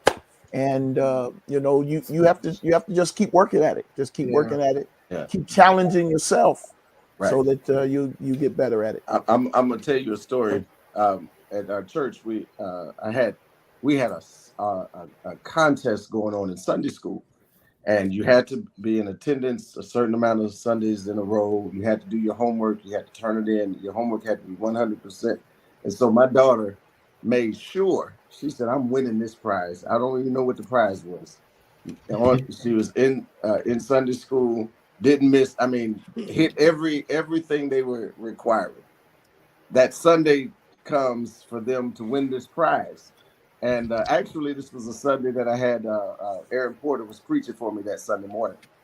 And the Sunday school gave the prize to somebody who did not come to Sunday school every Sunday. And they didn't do everything. And my daughter had, I mean, Carla had done everything A, B, C, D. That sounds like Carla. Listen, so I pick up Aaron, get him to church, and we're in my office. My daughter busts the door open, kicked it. Daddy, you they boss. She said, they work for you. Go tell them they did me wrong. I'm going, oh God. and at that moment, I couldn't be pastor. In that moment, I just needed to be daddy. Right. And I hugged her, and I sat her in my lap because she was gone. I mean, she was on 10, but I couldn't be pastor. At that moment, I mean, she busted the door open. Aaron Porter his eyes was huge. He was like, oh my God. But she was right. She was absolutely right. And I'm holding her and hugging her, and I'm going, God, what am I going to do with this situation? And so after I kind of figured, I told him, I said, y'all was wrong. And I said, the only reason you did it was because she was my daughter. I said, if you did it for if somebody else would have done the same thing, you would have given them what they were due. And so I had to navigate that, and you got to navigate that sometimes. Now, Bishop. Before we get out of here, just two more questions. But the one, Norm, can you put that question up? That past bishops, have you found it harder to separate roles of father/pastor for your children when they were younger, or now when they're grown? It's different. How so? It's different because of them because of their maturity level. Some things so? like what you just said. No. What you said is still difficult, but I'm saying they have the ability to process some things themselves. Like what you said just about Carla. You're dealing with a child mentality, and it's not fair. When you're dealing with an adult, it's still not fair, but they know things are not always fair. And they can process some things a little bit differently as well. It's not any easier, but it's just different. I'll say it's different. You can reason with a person maybe when they're a little bit older, or you can hear their thoughts out, and they can articulate a little bit better. Carla, from your example, she just wanted what she wanted right now. And she was right about it, though. She was right about it. Yeah. And it's the question is an excellent question. But I just say it's not necessarily harder. It's just different. It's just different. Your approach may have to be a little bit different when they're older and they're grown. So that's all I'm saying. I think that Bishop Baldwin is right. And the other thing is this: when you're a young leader, you're learning too. And that's right, Jay. Now throw this in: you're a young father, Pastor B, and a young pastor, and you're learning both of those roles at the same time. That's difficult. And as you grow older, you learn differently, and you treat people differently, You're going to make less mistakes. You learn from experience. Should teach wisdom, and so it is different. It is different. Bishop Bell told me. Bishop Bell told me. He said, "Jerry, you're going to tear up the church about 3 or 4 times before you get it right." Thanks, Bishop. I'm telling you what he told me. I got a quick 2-for-1 question. So first question for both bishops: what's the worst whooping you given your child? Oh Lord! Hey, you just heard one of them. He didn't get no whooping. He just got shook up real good. Got shook up real good. I didn't get a whooping. I don't know why, but I love hearing whooping stories. They fascinate me. I didn't really have to spank my children too often. Because our mother did. I believe if you get them while they're young and train them while they're young, they understand. Sometimes all you have to do is look at them, and they'll straighten themselves up. That's the type of fear I want. Look, It drives my wife crazy because like I'm the quiet one around here. I just kind of meander around, and I hear her say something, and the kids don't. She could have been said. She said it 30 times, right? And I just walk by the room and just look. Be like, y'all got that's that is such an empowering feeling to have. No. Say it with me, Mufasa.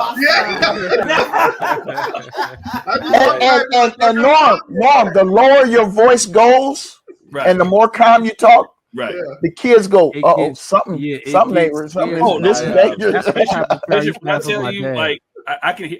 My office is in our basement of our home, and I can hear my wife go back and forth for my oldest because he's getting that point in life. He wants to try to push boundaries. Right. So I hear it. So I just start walking up the stairs real slow, and as he hears the steps get higher and higher, everything starts changing. By the time I get to that floor, he done run off and got back in shape again. My oldest son has always been vocal, always. So we come home and I think he was in first grade, and we were getting ready for dinner, and then he said, "F you." Whoa. I said, "Excuse me." I said, "What?" First grade. And he has this huge smile on his face. He said, "Dad," I said, "F you." Oh, Jesus. And so my wife said, so I sat him down. I said, "Now, son, you have it. I know you learned." My wife goes, "He learned that at school, Jonathan. He learned that at school." I said, I know. The rage just came. But I mean, I started sweating.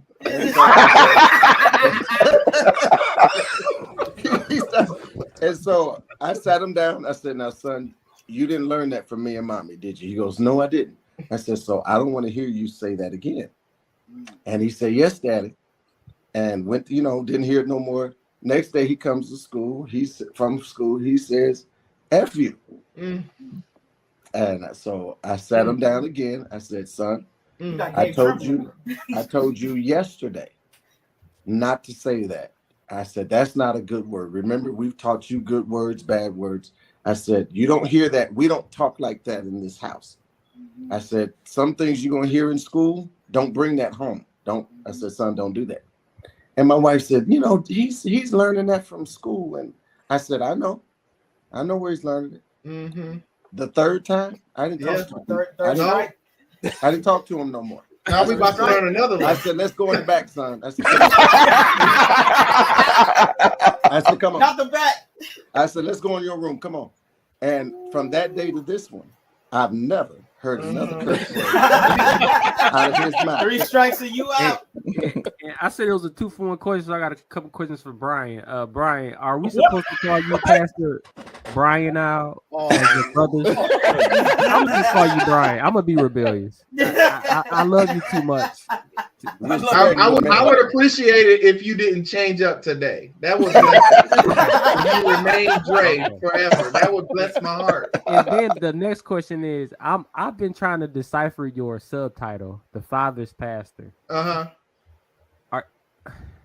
Just explain it to me.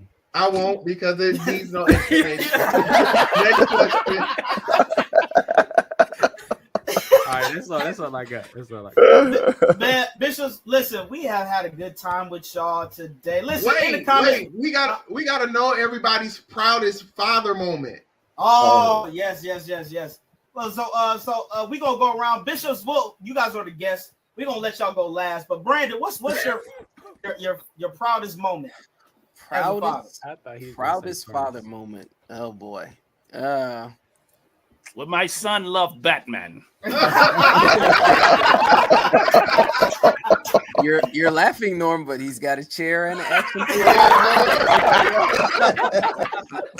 So my proudest, probably my proudest moment would be when my children went to school and we had a parent-teacher conference. I got one of those whooping stories too, but I'll say that for another day. But we went to a parent-teacher conference, and my children go to a Christian private school. And so they still hear about God, and they have Bible, chapel, all this other stuff. But when we went to the parent-teacher conference, the teachers just tell us, we're so impressed with, your daughter and the knowledge that she has. She's teaching us stuff about the Bible that we didn't know. Nice. And that's probably one of my proudest moments, that what me and my wife are putting in our children is sticking, and they're getting it at a young age, and they're not afraid to speak, at the age that they're at. So that's probably my proudest one. That's real good. Awesome. Gabe? Oh, hold on, Gabe. If y'all didn't know, my sisters are fighting in the chat. If y'all been watching the chat line, that's a debate. Every time we all get together, Dad just sits there and ignores everybody. But go ahead, Gabe. We got to hear about the furnace room too in the church. That was a comment, but go ahead. Oh my! Too many questions. Jesus. Go ahead, Gabe. I mean, it's just moments, man. I mean, especially with with both of them, I would say one of my proudest moments of them is just seeing their desire to build their relationship with Jesus. I mean, they too go to a Christian school, and that's something that my wife and I was very intentional on doing, but like they're now excited, to learn about Jesus. They're excited to go to bed so they can pray and, have communication time, with Jesus. So I think those are pretty much just my proudest moments of seeing them really start to take it seriously, even in their, their infancy, for sure. Pastor B? Yeah. My favorite dad moment thus far was this barbershop experience I had with DJ a few weeks ago. So we was in the barbershop, and he had his glasses on, and the barber took his glasses off and set them up on the shelf. And BJ was like, he wouldn't even sit still in the chair. He just kept looking around, looking at his glasses. And, I was like, what is this boy doing? He just kept looking around at his glasses. And then the barber was like, your glasses okay? Your glasses okay? He was like, no, they're not okay. They're not okay. And I'm just like, what is happening? Like, what is going on right now? Like, why is he tripping about these glasses? And so I just got up and got the glasses. And when I picked up the glasses, I put them in my pocket. And I was like, the glasses are good. And so he sat up in his seat, got back, got his hair cut. And so the barber just stood there for a minute, like, you didn't think I could keep your glasses safe? And he said, no, only my daddy can protect my glasses. Right there, boy. That a boy. Yeah. Daddy got you. That's real good. Let's go. Norm?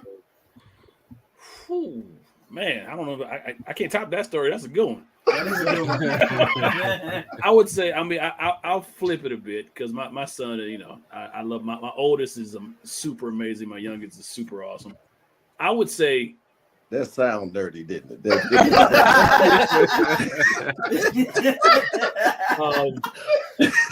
I would say to me, a moment that fills me with pride, honestly, and this is, I'm kind of flipping the direction on this, is when my son, my oldest, was born in the first place. The moment I first became a father.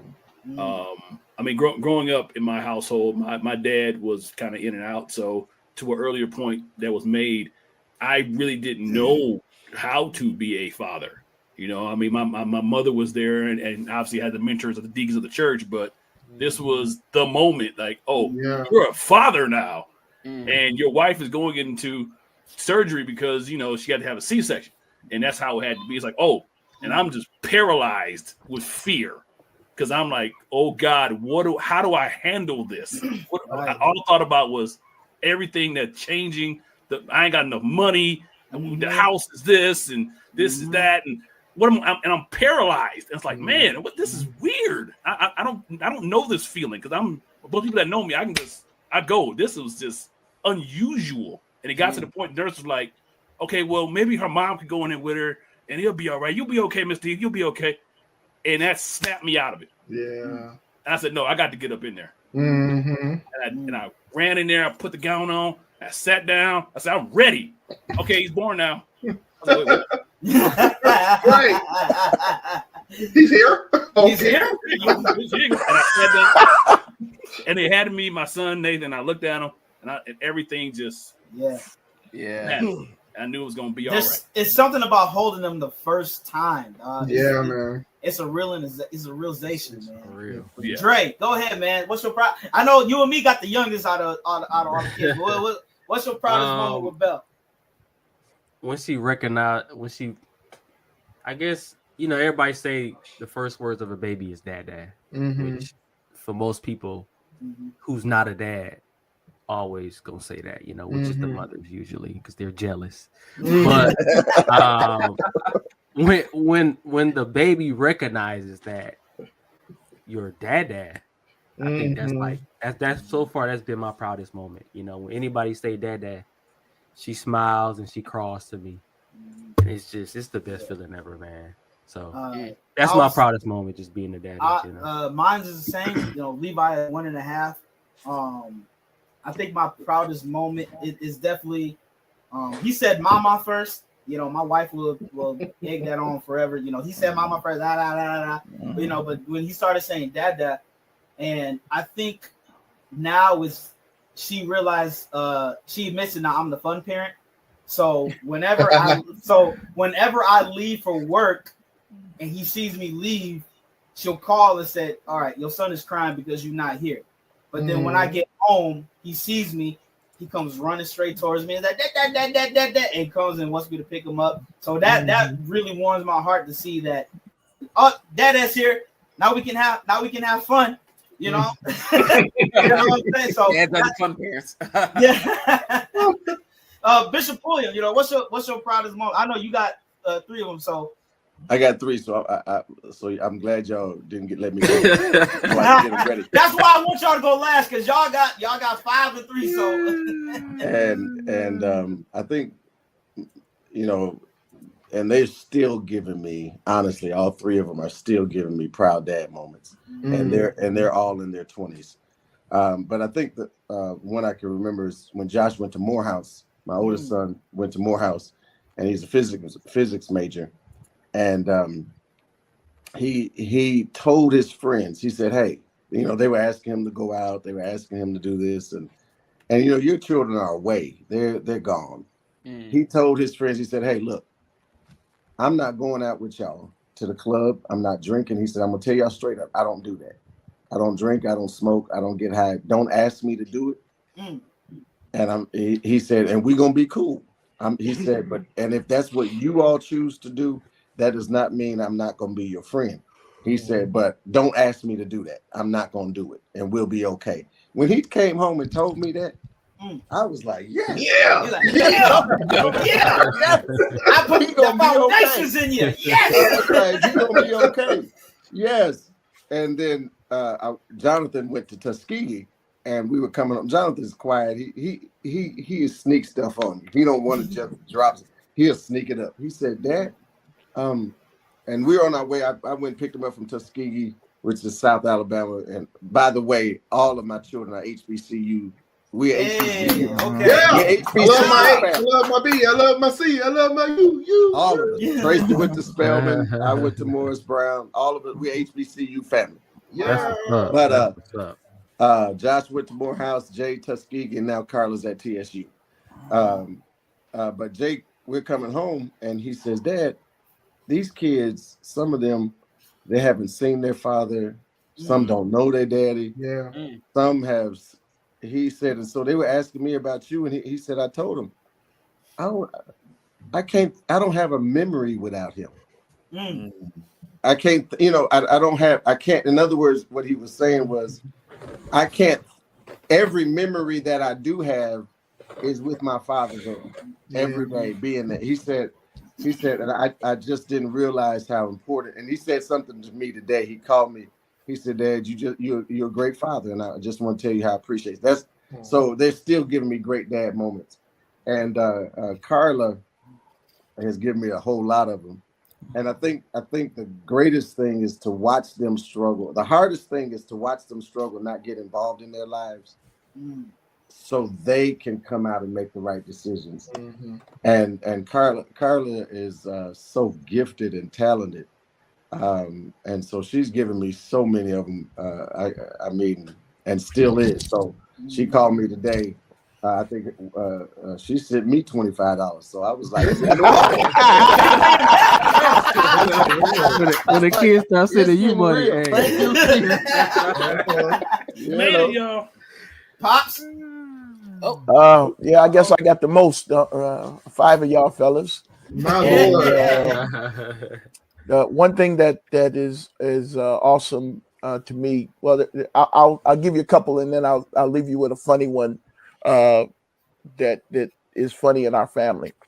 I'm proud for them to all have been filled with baptized in Jesus' name and filled with the Holy Ghost. So all 5 of my kids That's awesome. are workers in the church. I thank the Lord for that. And they graduated from college. They have their own abilities, and I'm grateful to the Lord for that. Yeah. And the one thing that really impresses me is that they have a siblings chat.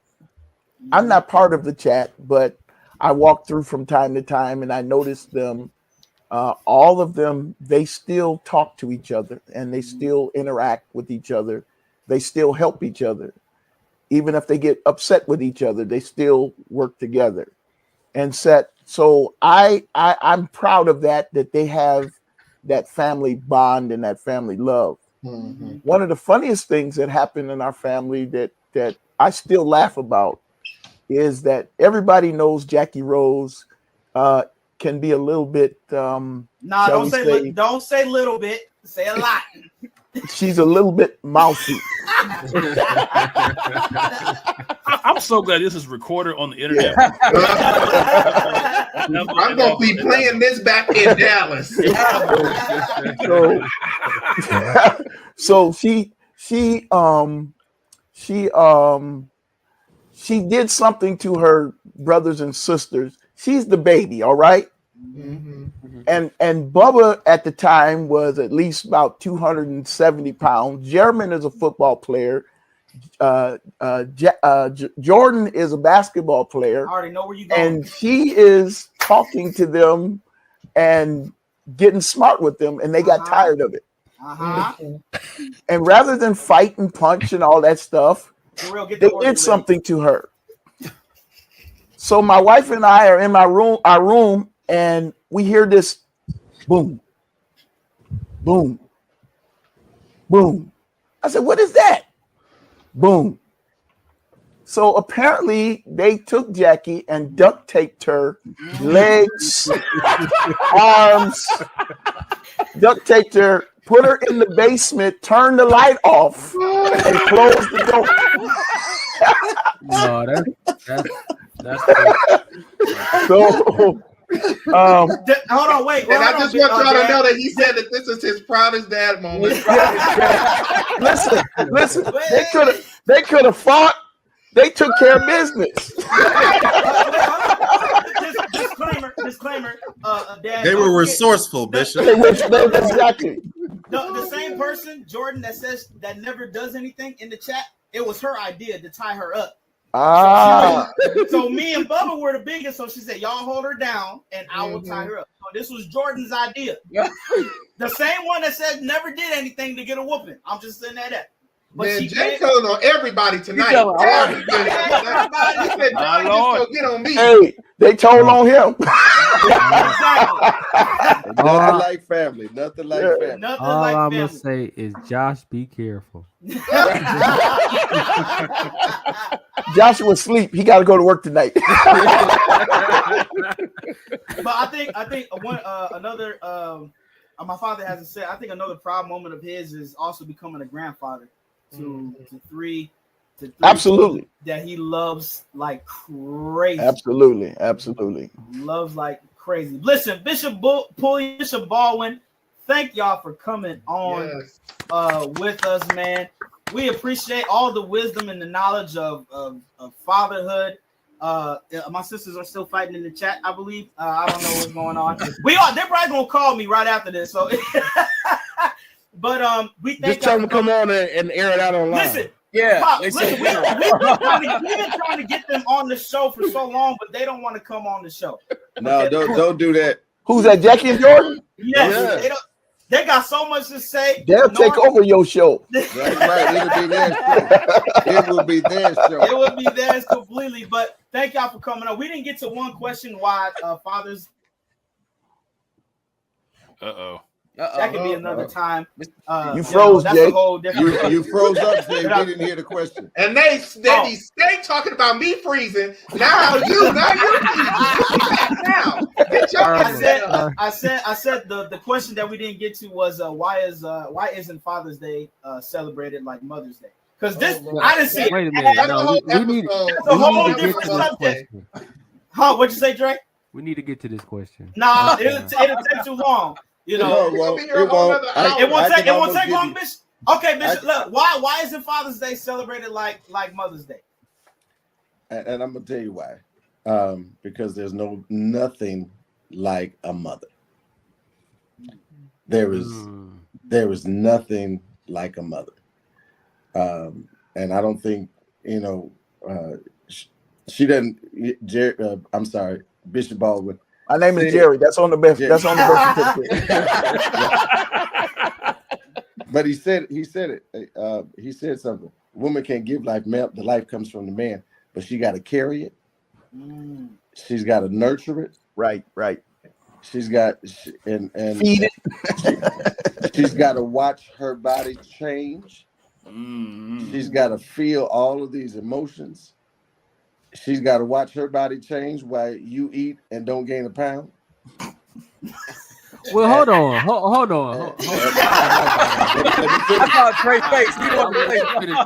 Let me finish. Dre, you ain't gained no weight. I gained weight while she was pregnant. She's got to go through all of these feelings and all of these emotions. I had pregnancy weight too. Lord have mercy. But the truth is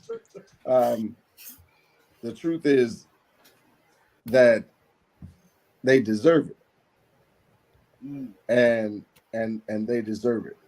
So, now, Bishop, might I ask? This is why I didn't want to. I'm going somewhere. This might answer your question. Okay, I'll wait. And if you do right, you get right. Ooh, that's a word. I felt the word. I'm like, that was some double meaning That's a word right there. That's the Give us on that one. Right. I received that. Someone hit the three. Someone hit the three on the organ. Darrell right there. Darrell, go ahead, get the organ ready. I say get the organ. Bishop, you want to Baldwin, you want to piggyback off? I can't add nothing. I can't add no take away from that.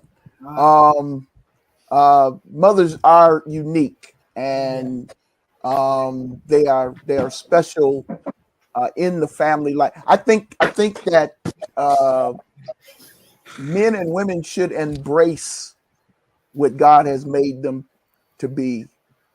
And if we were reading that scripture in Genesis, created he them, male and female, and we should embrace that.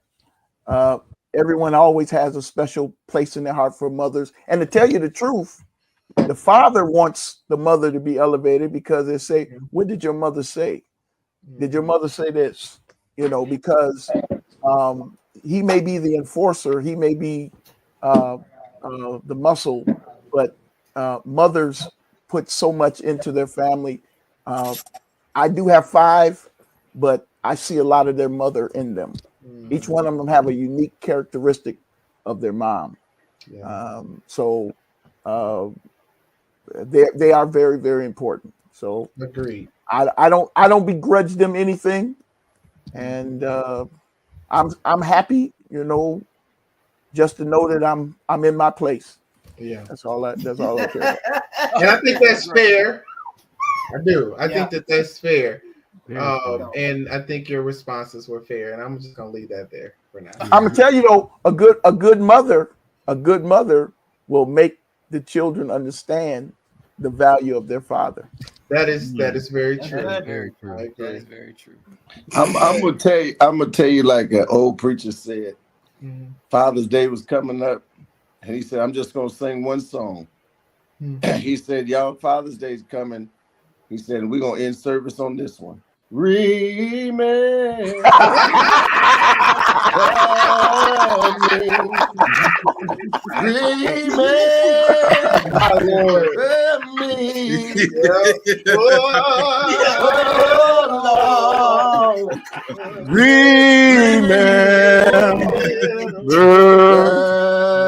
me. My Lord.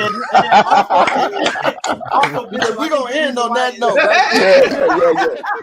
The reason why I celebrated more, Father's Day became a national holiday in 1972. Mother's Day was a holiday in 1902.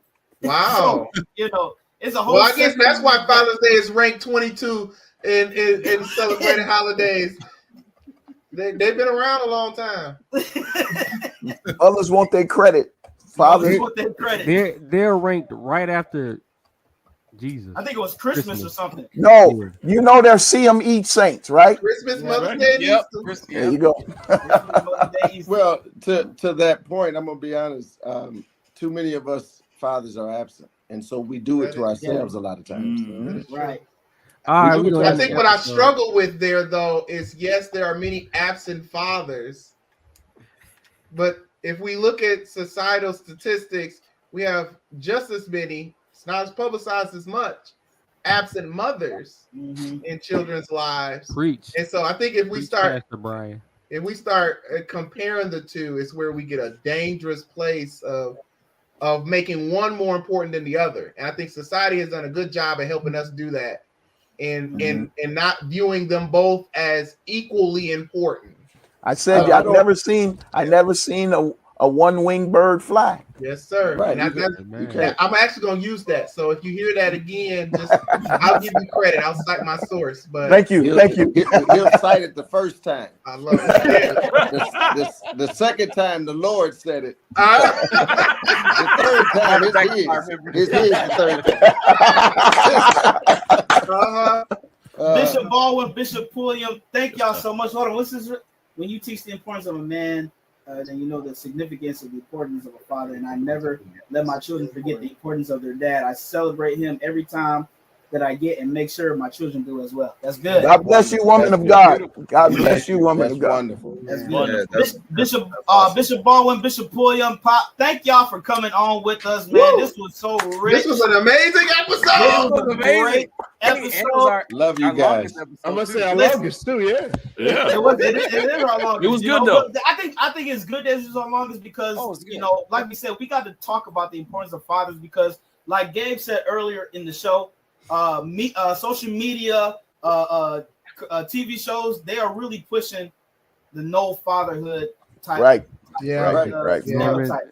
So they're really pushing it. So I think the longer we talk about it, the more people realize how important a father is in the children's lives, spiritual fathers, how important it is to other people's lives. So, but Bishop Pulliam, Bishop Baldwin, before we end the show, our deacon, Deacon Norm, he always has a video that ends on the show. So, Norm, what we got tonight? Well, it's Father's Day, and I realized on this call that we have a large number of preachers and people who know how to rightly divide the word of truth. They know how to bring forth, how to pick it up, and how to lay it down. I think it's great and wonderful. So my one video that I'm going to show today, I just would like to know, after I show this, whether they agree or disagree. Why do I feel like I need to step back? No. It's okay. Don't step back. Just let me know if you agree or disagree. On yesterday, that a good sermon is like a woman in a dress. It must be short enough to create interest.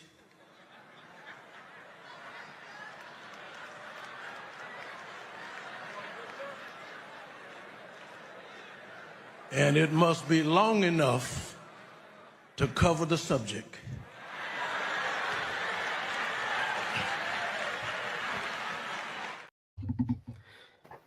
I don't disagree with this. Hey, I'm done. Bishop. I